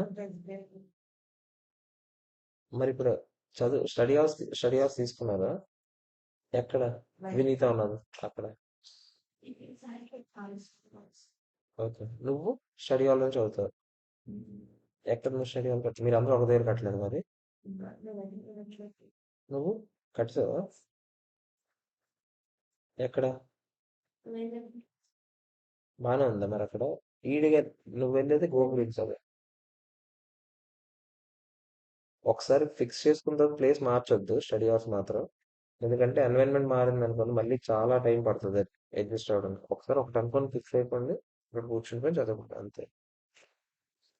ఒకసారి చూడండి, క్వశ్చన్ నెంబర్ 7 చూడండి. ABC limited supplies plastic buckets to wholesaler customers. Plastic buckets అమ్ముతున్నాం. As per the contract entered into between ABC Limited and a customer for the financial year 2019-20, price per plastic bottle decreased retrospectively. ఓహో, ఇక్కడ చేసినట్టే ఉంది కొంచెం. 0 నుంచి 10,000 units కొనుక్కుంటే 90 రూపాయలకు అమ్ముతాం. కొంచెం చేసినట్టుంది కదా. 10,000 నుంచి 35,000 యూనిట్స్ అయితే 80 రూపీస్, 35,000 అండ్ అబోవ్ అయితే 70 rupees. How would you recognize the revenue as per expected value method అని ఆడే చెప్పాడు. పర్సంటేజ్లు ఇచ్చాడు 15, 75, 10. అప్పుడు మీరు ఏం చేయాలి చెప్పండి? 15% into 9,000 units, 75% into 28,000 units, 10% into 36,000 చేయండి. ఎంత వస్తుంది చెప్పండి? 15% into 9,000 and plus 75% into 28,000 and plus 36,000 into 10%. ఎంత చెప్తారా? 25,950. అంతేనా కదా చెప్పండి? 25,950 యూనిట్స్ అయితే వచ్చాయి, అంతేనా? అలాగే మీరు ఏం చేయాలి చెప్పండి? సేమ్ మీకు గుర్తుంటే దీని గురించి మనం డిస్కస్ చేసాం. ప్రైజ్లు వేరేగా చేసి నోట్స్ లో చేసాం. యాక్చువల్గా ఇలాంటి సమ్ ఒకటి అక్కడ ఇస్తే ఏదో సంథింగ్ నోట్స్ లో చేసాం. టోటల్ వెయిటెడ్ యావరేజ్ సేల్స్ కూడా కనుక్కుంటామా లేదా చెప్పండి? వెయిటెడ్ యావరేజ్ సేల్స్ ఎలా కనుక్కుంటాం? చూడండి, సేమ్ చూడండి. 9,000 ఇంటూ 15% ఇంటూ 9, ప్రాబిలిటీ ఎంత ఇచ్చాడు? 90%. సారీ, ఇది పర్సంటేజ్ ఇటు ఉండదు. ఇది సారీ, ఇది ప్రాబబిలిటీ, ఇది సేల్స్ ప్రైస్. అంతే కదా? సైడ్ హెడ్డింగ్లు మార్చాలి. చేయండి. 9,000 ఇంటూ 90 ఇంటూ 15% ఎంత? 1,21,500 అయినా కదా చెప్పండి? వాల్యూ ప్రాబిలిటీ, అంతేనా? సేమ్ అలాగే మళ్ళీ వెయిటెడ్ యావరేజ్ ప్రాబిలిటీస్ కట్టుకోవచ్చా లేదా చెప్పండి? ఎంత వచ్చింది? 20,53,500 వచ్చింది. టోటల్ సేల్స్ వాల్యూ వచ్చింది, టోటల్ సేల్స్ క్వాంటిటీ వచ్చింది. అంటే రెండు వెయిటెడ్ లో వచ్చాయి, అవునా? ఇది డివైడ్ బై చేస్తే పర్ యూనిట్ కి ఎంత అని తెలుస్తుంది లేదా చెప్పండి? అంతేనా కాదా? ఎంత చెప్పండి పర్ యూనిట్ కి? 20,53,500 divided by 25,950.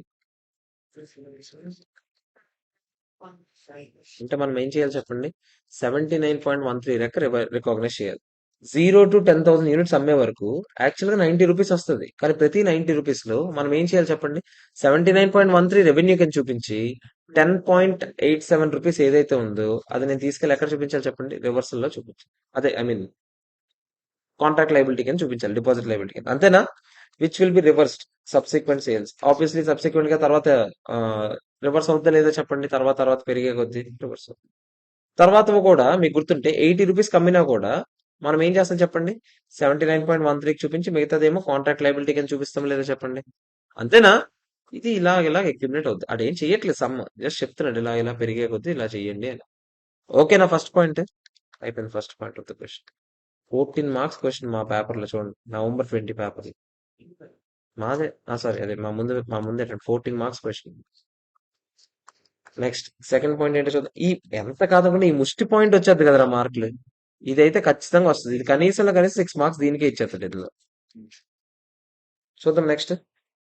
In case ABC decides to measure revenue based on most likely method వాడితే, మోస్ట్ లైక్లీ మెథడ్ అయితే ప్రాబిలిటీస్ ఎంత ఉన్నాయి? 15, 75, 10 అన్నప్పుడు హైయెస్ట్ ఏది ఉంది?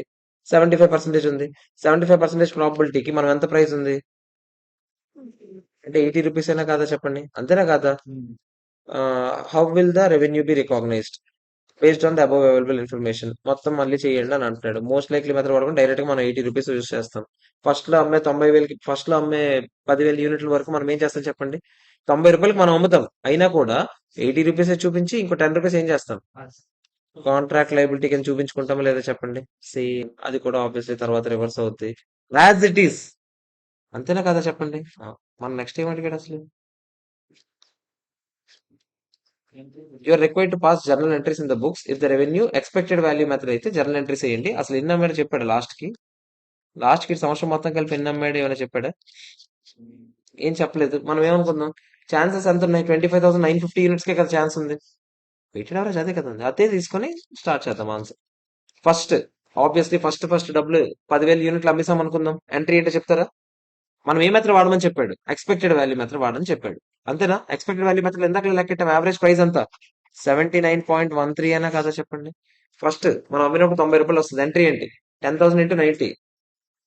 దాని ఎంట్రీలు ఏమంటాడు? బ్యాంక్ 9 lakhs టు సేల్స్ ఎంత వేస్తాం? 7,91,300. మిగతాదంతా కాంట్రాక్ట్ లైబిలిటీకి వేస్తామా లేదా చెప్పండి. అంతేనా కాదా? మన లెక్క ప్రకారం ఎన్ని అమ్ముతాం మనం? 25,950. అంటే ఏ బ్యాచ్ లో పడుతున్నాం మనం? ఇది ఈ బ్యాచ్ లోకే కదా. అంటే 10,000 నుంచి 25,950కి ఎక్స్ట్రాగా ఎన్ని అమ్ముతున్నాం? 15,950 యూనిట్స్ అయినా. అంతేనా కాదారా? మొత్తం 50,950 యూనిట్స్ కి డబ్బులు వస్తాయి. ఆబ్వియస్లీ డబ్బులు వచ్చేటప్పుడు మాత్రం ఆగండి. డబ్బులు ఎంత వస్తాయి చెప్పండి, ఆలోచించండి. 25,950 మీద ఆడు 80 రూపీస్ అప్లై చేస్తాడు. కస్టమర్ ఎలా ఆలోచిస్తాడు? 25,950 యూనిట్స్ కొన్నాను నేను, 80 రూపీస్. ఆల్రెడీ ఇప్పటికి ఎంత ఇచ్చాను నేను? 9 lakhs ఇచ్చేసాను. ఆడు అదే కదా ఆలోచించే విధానం. ఎంత చెప్తారా? 11,76,000 కస్టమర్ డబ్బులు ఇస్తాడు. అవునా కాదా చెప్పండి? 11,76,000. సేల్స్ మాత్రం ఎంత రికాగ్నైజ్ చేస్తాం మనం? 15,950. అది కూడా మనకు తెలుసు. ఎంత? 79.13 అయినా. అంతేనా కాదా? ఎంత? 15,950 ఇంటూ 79.13 ఎంత? 12,62,124. ఆబ్వియస్లీ కొంచెం లైబిలిటీని ఏం చేయాలి ఇప్పుడు? రివర్స్ చేయాలి. ఇంకా మిగిలిపోయింది కదా లైబిలిటీ. ఏం చేస్తాం చెప్పండి? ఇంకా లాస్ట్ కి ఆడ అయిపోయింది అనుకుందాం, ఇంకేం కొనట్లేదు. అప్పుడు ఆబ్వియస్లీ మొత్తం లాస్ట్ లో ఏం చేస్తాం చెప్పండి? అయిపోయింది ఆన్సర్ అంతే. లేదంటే కన్సాలిడేట్ ఎంట్రీ చేయండి. ఆల్టర్నేటివ్ చెప్తున్నాడు. ఇవన్నీ ఎందుకు మనకి? అయిపోయిందా లేదా చెప్పండి? ఇదంతా ఆల్టర్నేటివ్ ఆన్సర్. అయిపోయిందా లేదా? 14 మార్కులు చూసుకోండి.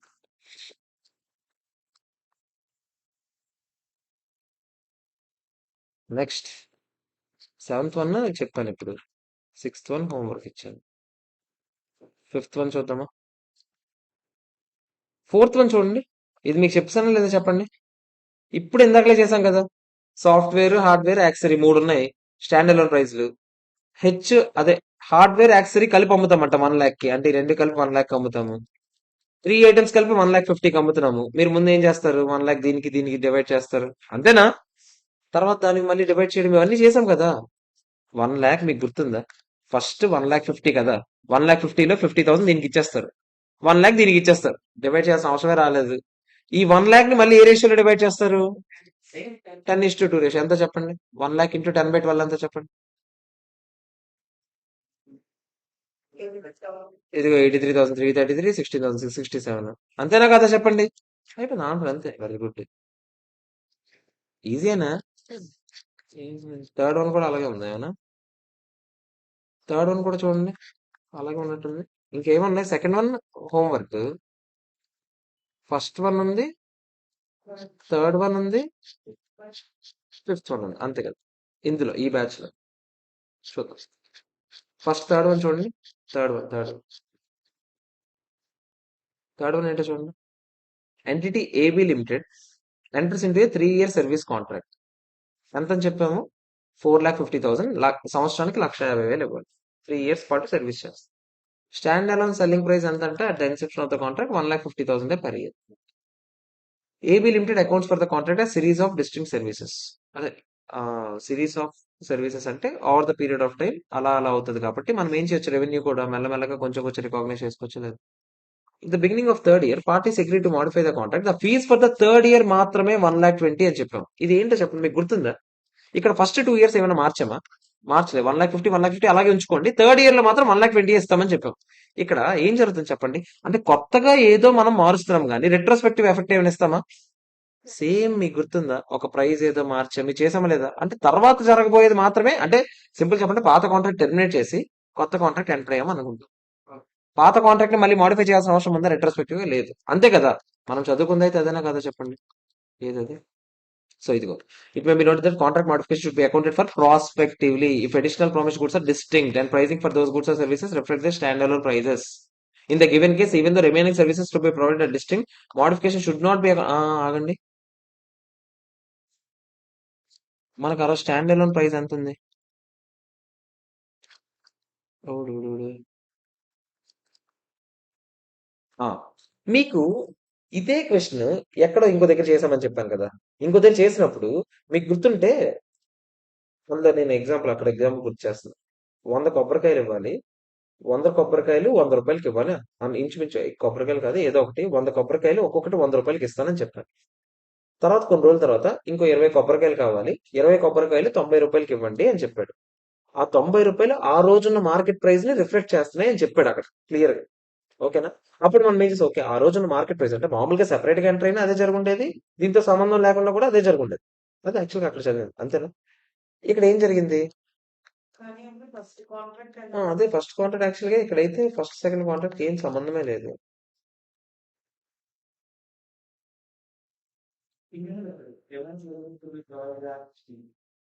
ఏది? The modification would be accounted for from the date of modification as if the existing agreement was terminated. అంతే. Because the remaining service provider district. అంతే. మనం అనుకున్నట్టుగానే ఉంది కానీ మరి ఇదేందుకు ఇంత? In the given case, even though remaining services are distinct, modification should not be accounted for separate contract because the price of the contract did not increase by an amount of consideration that reflects the standalone prices. The modification should be accounted from the date of modification as if the existing. ఏదైతే అడిగారు good. ఏదైతే పాత contract close చేసి కొత్త contract enter అవుతాం. అంతేనా కదా చెప్పండి. So the second point of the question చూడండి. CD limited agrees to extend the contract for another 3 years. ఒక్కొక్క సంవత్సరానికి ఎంత అంటే 3 lakhs. Stand alone price at the time of modification ఎంత ఉందంటే 1,20,000 ఉందంట. అంటే నెక్స్ట్ 3 years కి అడిగి డిస్కౌంట్ ఇవ్వడానికి రీజన్ ఏంటి? ముందు 3 years కూడా. అంతేనా కదా? అంతేనా కదా చెప్పండి. ఇప్పుడు మనం ఏం చేయాలి? మోడిఫికేషన్ రెట్రోస్పెక్టివ్ గా ఎఫెక్ట్ ఇవ్వాల్సిందే, తప్పదు. అంతేనా కదా చెప్పండి. ఇక్కడ ఏమంటాడు? ఏబీ లిమిటెడ్ షుడ్ ఇది ఎప్పుడు జరిగింది? ఇదంతా at the beginning of third year లో జరుగుతున్న డిస్కషన్ ఇది. అంటే 3 years అయిపోలేదు, ఫస్ట్ 3 years పూర్తిగా అయిపోలేదు, సెకండ్ ఇయర్ అయిపోయింది, ఇప్పుడు డిస్కషన్ స్టార్ట్ అయింది. అక్కడ ఏమంటాడు చూడండి, ఇంకా ఎంత అని చెప్పండి అప్పుడు. అలాంటప్పుడు థర్డ్ ఇయర్ ది 1,20,000 ఇంకా రికాగ్నైజ్ చేయడానికి ఉందా లేదా? మామూలుగా థర్డ్ ఇయర్ ది 1,20,000 ఉంది కదా. 1,50,000 1,00,000, అదే సారీ. ఓకే, ఇక్కడ నుంచే మనకి 1,20,000. ఓకే, మామూలుగా అయితే 1,20,000. Okay, 3 lakhs over the remaining 4 years. ఆ రోజుకి మార్కెట్ ప్రైస్ 1,20,000 ఉందా? ఓకే, ఆ రోజుకి మార్కెట్ ప్రైస్ 1,20,000 ఉంది. అంటే ఇంకో 1 year ఉంది. 2 years అయింది, ఇంకో 1 year ఉంది. ఆ రోజుకి యాక్చువల్ గా 1,20,000 ఉండాలి మార్కెట్ ప్రైస్. మీరు మోడిఫికేషన్ ప్రకారం మనం ఏం చేసాము? ఫర్ అనదర్ 3 years అంటే ఈ ఇయర్ నుంచేనా? అది ఎక్కడి నుంచి? అనదర్ 3 years అంటే ఫ్రెష్ గా ఇంకో 3 years. అదెంత? 1 lakh లెక్క అంటే 3 lakhs. మొత్తం కలిపి ఎంత? 4,20,000 ఉంది. ఎన్ని ఇయర్స్ ఉంది ఇంకా? 4 years ఉంది, అంతే కదా. 4,20,000 4 years ఉంది. డివైడ్ బై 4 చేస్తే ఏంటి? 4,20,000/4 ఎంత? 1,05,000 డైరెక్ట్ గా రికాగ్నైజ్ చేసిందని చెప్పాడు. అంటే ఫస్ట్ దేం మార్చట్లేదు ఇది, అంతే కదా. ఇది చేస్తుంది అయితే ఫస్ట్ 2 years ఏం మార్చలేదు, కెలకలేదు. థర్డ్ ఇయర్కి వెళ్ళాడు కానీ ఫస్ట్ 2 ఇయర్స్కి వెళ్ళాడా? వెళ్ళట్లేదు. ఒకసారి నోట్స్ ఓపెన్ చేయండి. దీని గురించి ఏదో ఒకటి చెప్పే ఉంటాడు. మోడిఫికేషన్ అని ఒక హెడ్డింగ్ ఉంది కదా.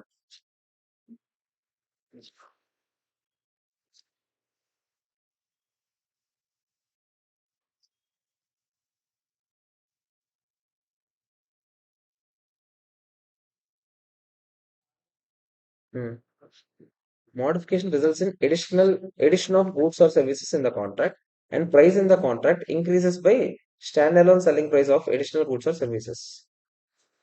మోడిఫికేషన్ వల్ల కొత్త గూడ్స్ ఆర్ సర్వీసెస్ వచ్చాయి. ఓకే, వచ్చాయి. Price in the contract increases by stand alone selling price of that additional goods or prices. కానీ అడిషనల్ గా మనకు వచ్చింది స్టాండ్ అలోన్ ప్రైస్ తో సమానంగా ఉందా? లేదు. మన కేసులో సమానంగా ఉండుంటే అది సెపరేట్ కాంట్రాక్ట్ కింద చూపించుకోండి అంటున్నాడు. అదేరా నేను ఇందాక చెప్పిన 100 కోకోనట్ ఎగ్జాంపుల్. అవి సెపరేట్ గా ₹90 ఆ రోజు మార్కెట్ ప్రైస్ రిఫ్లెక్ట్ చేస్తున్నాయా? సో ఆ 20 కోకోనట్స్ కోసం ఎక్స్ట్రా కాంట్రాక్ట్ సెపరేట్ గా రికార్డ్ చేస్తామా లేదా చెప్పండి? ఎందుకంటే దాంతో దీనికి సంబంధం లేదు. ఆ రోజు స్టాండ్ అలోన్ ప్రైస్ 90 ఉంది, నేను 90కి ఇచ్చాను. అంతేనా కాదా చెప్పండి? అప్పుడు సెపరేట్ కాంట్రాక్ట్ కింద చూపించుకుంటాం. ఇది మనది కాదు, మన కేసు ఇది కాదు. Modification results in change in price of existing goods or services. మనది ఇదే కదా. Existing goods or services price మారుతుందా? లేదు. యాక్చువల్లీ నెక్స్ట్ 3 years ప్రైస్ మారుతుంది. ఎగ్జిస్టింగ్ ప్రైస్ కూడా మారుతుంది. Modification results in addition of goods or services, but price in the contract not increased by the standalone selling price of additional goods or services. అంతే కదా. Price మనది ఈ case. ఏం జరుగుతుంది? ఆ కొత్తగా గూడ్స్ ఆర్ సర్వీసెస్ వస్తున్నాయి మన కాంట్రాక్ట్ లో కూడా, కానీ అవి స్టాండ్ అలోన్ సెల్లింగ్ ప్రైస్ సమానంగా లేవు. అదే కదా 3 lakhs వస్తున్నాయి. అదేమంటాడు? Terminate old contract and create new contract. Consideration for remaining goods or services is recognised as revenue of the remaining period. అంటే పాత ఇక్కడ ఆపేయండి. ఇక పైన ఎంత ఉందో రెవెన్యూ చూడండి. ఇక పైన నీకు 3 లక్షలు రాబోతున్నాయి, ప్లస్ 1,20,000 రాబోతున్నాయి. మొత్తం కలిపి నీకు ఎంత రాబోతున్నాయి? 4,20,000 రాబోతున్నాయి. ఎన్ని ఇయర్స్ పాటు రాబోతున్నాయి? ఇది సంవత్సరానికి రికాగ్నైజ్ చేసుకో. మంది ఈ కేసు.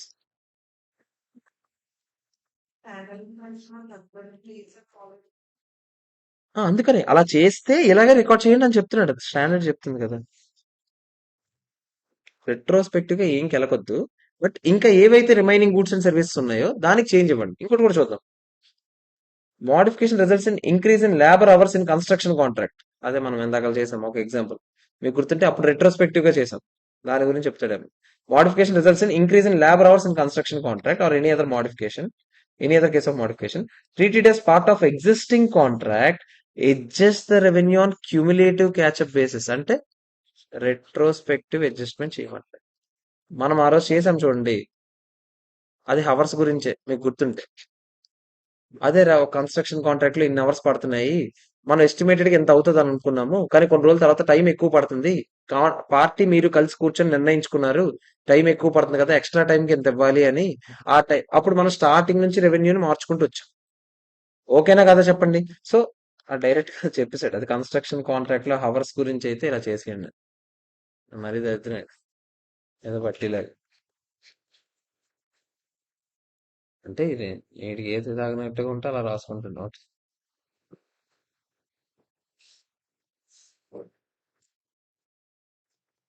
సింపుల్ రా, ఇక్కడ ఒకటే రా తేడా. చూడరా, ఫస్ట్ కేసులో ఏం జరుగుతుందంటే ఎడిషనల్ గా గూడ్స్ అండ్ సర్వీసెస్ వస్తున్నాయి రా, అవి స్టాండ్ అలోన్ ప్రైసెస్ కి సమానంగా ఉన్నాయి రా. నా 100 కోకోనట్ ఎగ్జాంపుల్ రా, ఇది ఏమవుతుందో చెప్పండి? సెపరేట్ కాంట్రాక్ట్ రా. ఇది క్లియరా? సెకండ్ కేసు ఏంటి? ఎడిషనల్ గా గూడ్స్ అండ్ సర్వీసెస్ వస్తున్నాయి రా, అడిషనల్ గా వస్తున్నాయి గూడ్స్ అండ్ సర్వీసెస్, కానీ ఆ ఏదైతే ఉందో ఆ మార్కెట్ ప్రైస్ కి సమానంగా లేదురా. అప్పుడు ఏం చేయాలి? ఎప్పటికీ పాత కాంట్రాక్ట్ ఆపేసి ఎప్పటి నుంచి కొత్త కాంట్రాక్ట్ అనుకొని ఎంత రెవెన్యూ ఉంది, ఎన్ని ఇయర్స్ పాటు అంత రికగ్నైజేషన్.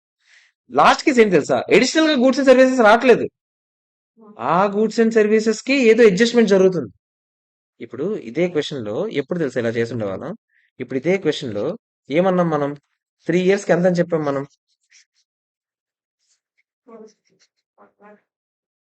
ఏదది?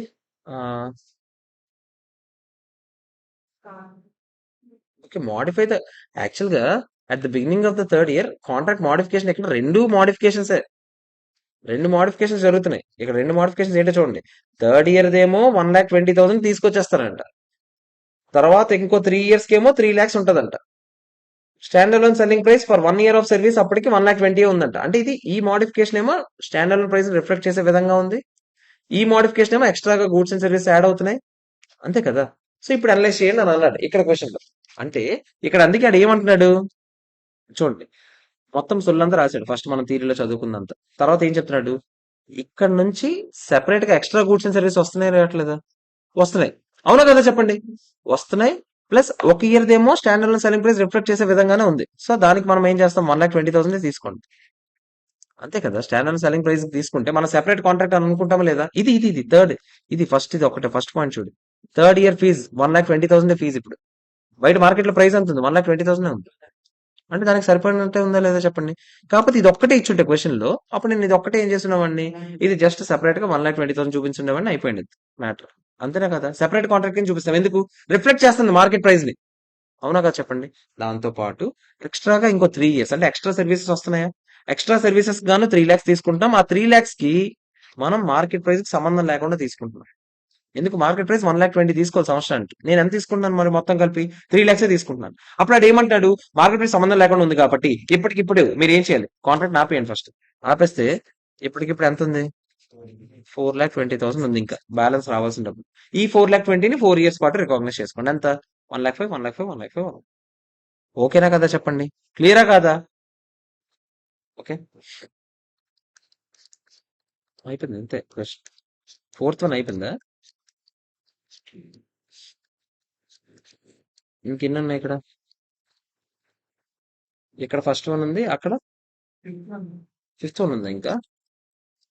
ఫిఫ్త్ వన్ చేసేద్దాం చూడండి.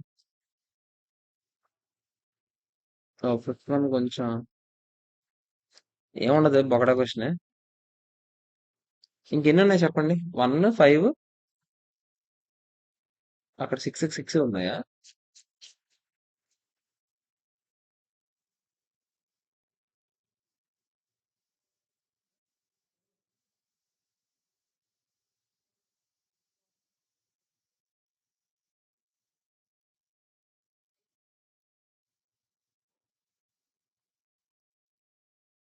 ఇది చూడండి, ఫోర్త్ వన్ చూడండి.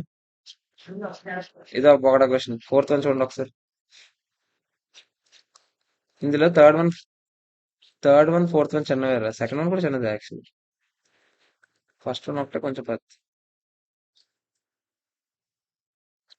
చూడండి ఒకసారి, ఇది చూడండి ఒకసారి. సెకండ్ వన్ చూడండి ఒకసారి ఫస్ట్. సెకండ్ వన్ చూడండి. 2, 3, 4 చెప్పేసి ఆపేద్దాం ఇప్పుడు. ఓకేనా, చిన్న ఉన్నాయి కదా, 2, 3, 4 చెప్పేస్తే అప్పుడు ఎన్ని ఉంటాయి, ఇంకా 5 క్వశ్చన్లు ఉంటాయి. అంతేనా? ఈ 5 క్వశ్చన్లు ఎవడు చెప్పడే మరి ప్రపంచంలో రెవెన్యూ రికగ్నిషన్ కింద క్వశ్చన్. అది క్వశ్చన్లు రావు. సెకండ్ వన్ చాలా ఇంపార్టెంట్. అంటే జనరల్ గా ఎవరైనా థియరీ ఎక్కువ డిస్కస్ చేస్తారు, క్వశ్చన్స్ వదిలేస్తారు. మనం క్వశ్చన్స్ ఎక్కువ చేస్తాం. థియరీ అక్కడ యాక్చువల్లీ మన దాంట్లో థియరీ క్వశ్చన్స్ ఒకటే కదా. సెకండ్ వన్ చూడండి ఒకసారి.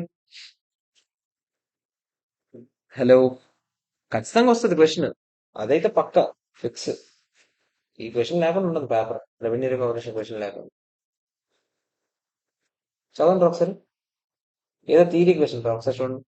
As a part of sales promotion activities, MIL distributes office utility articles along with its product catalogs to medical practitioners to familiarize and encourage them to prescribe medicines manufactured by it.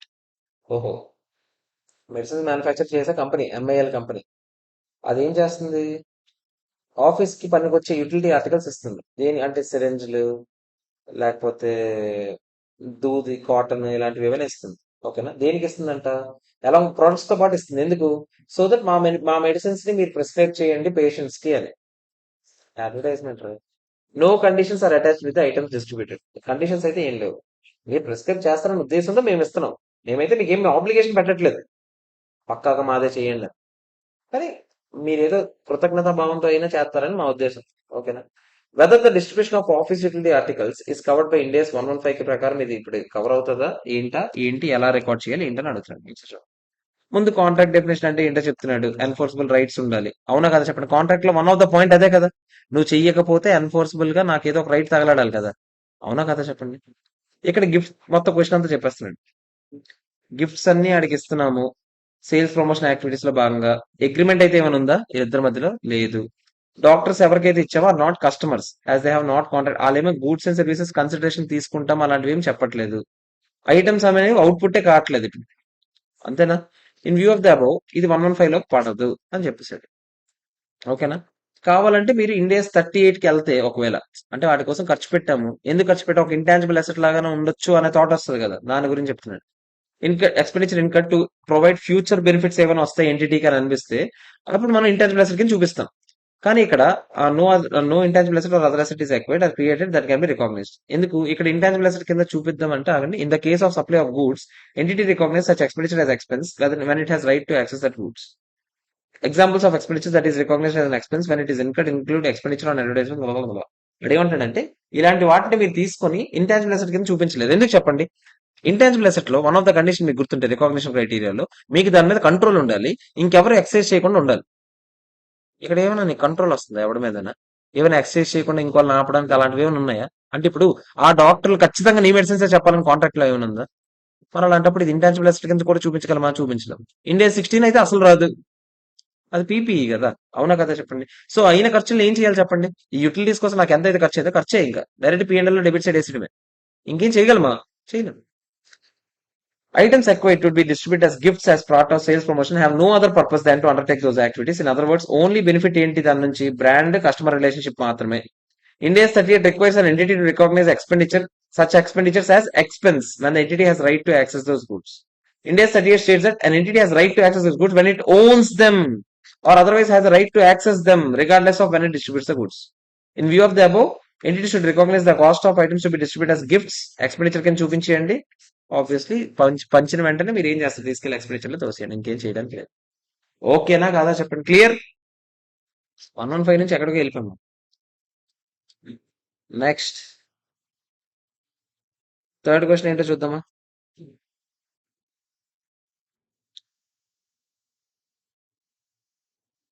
అరే ఈ theory question రా, ఇది మీరు చేసుకోండి. ఏంటో చూడండి. Large contract వచ్చిందంటారా, 5 lakhs ఇస్తారంటారు మనకి.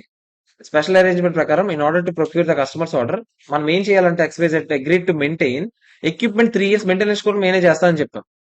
ఈ మెయింటెనెన్స్ అగ్రిమెంట్ లేకపోయింటే 4,85,500 అమ్ముండేవాడిని.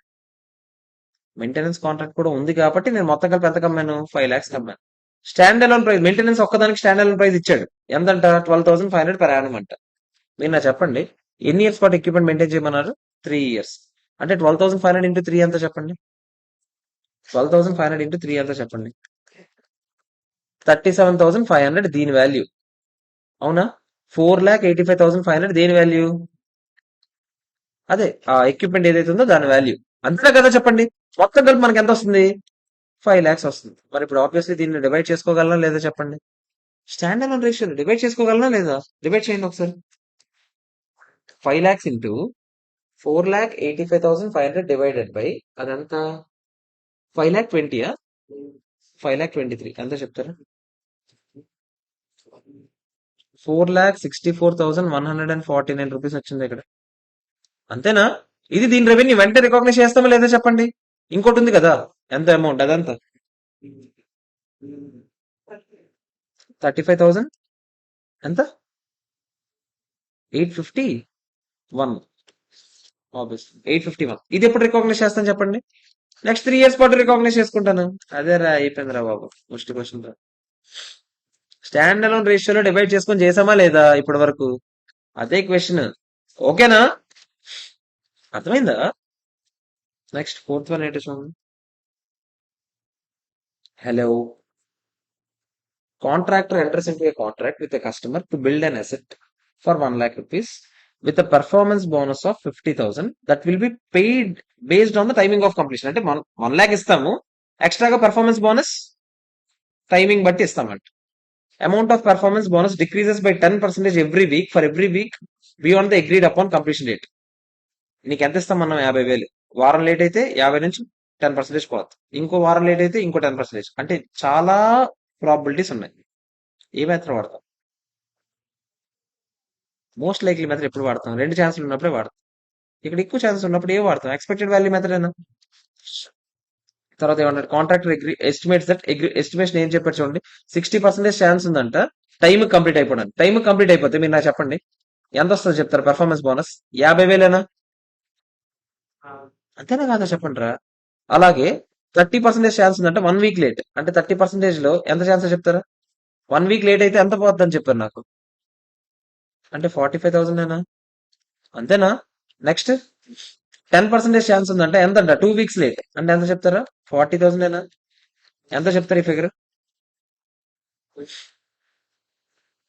47,500 దీనికి ఎక్స్ట్రాగా మనకి మామూలుగా ఫిక్స్డ్ గా ఇచ్చేది అంత 1 లాక్ ఇస్తున్నారా? మొత్తం కలిపి రెవెన్యూ అంత 1,40,000. ఆడేదో చేసాడరా, ఆడు ముందే కలిపేసి రెండు అంతా హడావిడి. ఇది మనం ఈజీగా చేసుకోగలమా లేదా చెప్పండి? ఇది బెటర్ కదా, కొంచెం అర్థమవుతుంది కూడా. ఇలా రాసుకుంటారంటే రాసు. ఇది బోనస్ కోసం పైన క్యాలిక్యులేషన్. అంటే వేరియబుల్ కన్సిడరేషన్ అయినా ఇది, ఇదిగో చూసుకోండి, ఇది వేరియబుల్ కన్సిడరేషన్. ఇది ఒక్కటి ఏంటి యాడ్ చేశాను, ఫిక్స్డ్ కన్సిడరేషన్. ఇదేంటిది? Total consideration. అంతే కదా.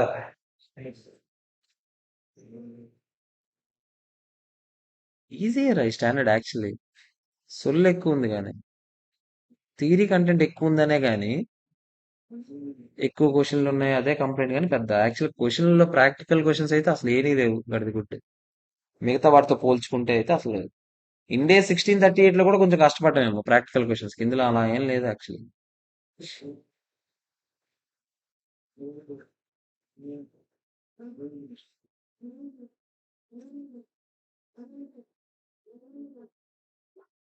ఓకేనా ఇది?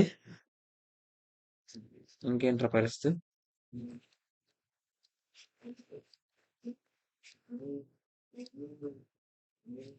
చేసేయగలం మనము అనిపిస్తుంది నాకు. ఒక 10 నిమిషాలు బ్రేక్ తీసుకొని. ఏమంటారు మీరు? ఎన్ని ఉన్నాయి ఇంకా చెప్పండి. ఇంకా 5 ఉన్నాయా? ఎక్కడ? అది అన్ని కలిపి 5 ఉన్నాయి. కూర్చుంటే అయిపోద్దా అంటే అయిపోద్ది. ఏం చేద్దాం? ఒక 10 మినిట్స్ బ్రేక్ తీసుకుని కావాలని అవగొట్టేసుకుందాం. పనిలో పని తేలిపోద్ది కదా. 5 ఉన్నాయిరా.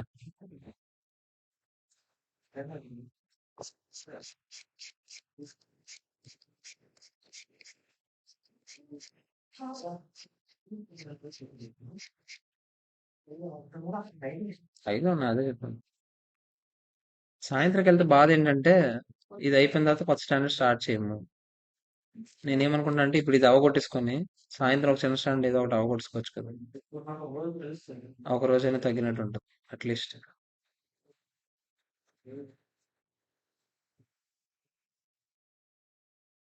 ఒక బ్రేక్ తీసుకోండి అయితే, ఒక వీడియో ఆపుతాను నేను. ఫ్రెండ్స్, ఒక 5 నిమిషాలు బ్రేక్ తర్వాత కలుద్దాం.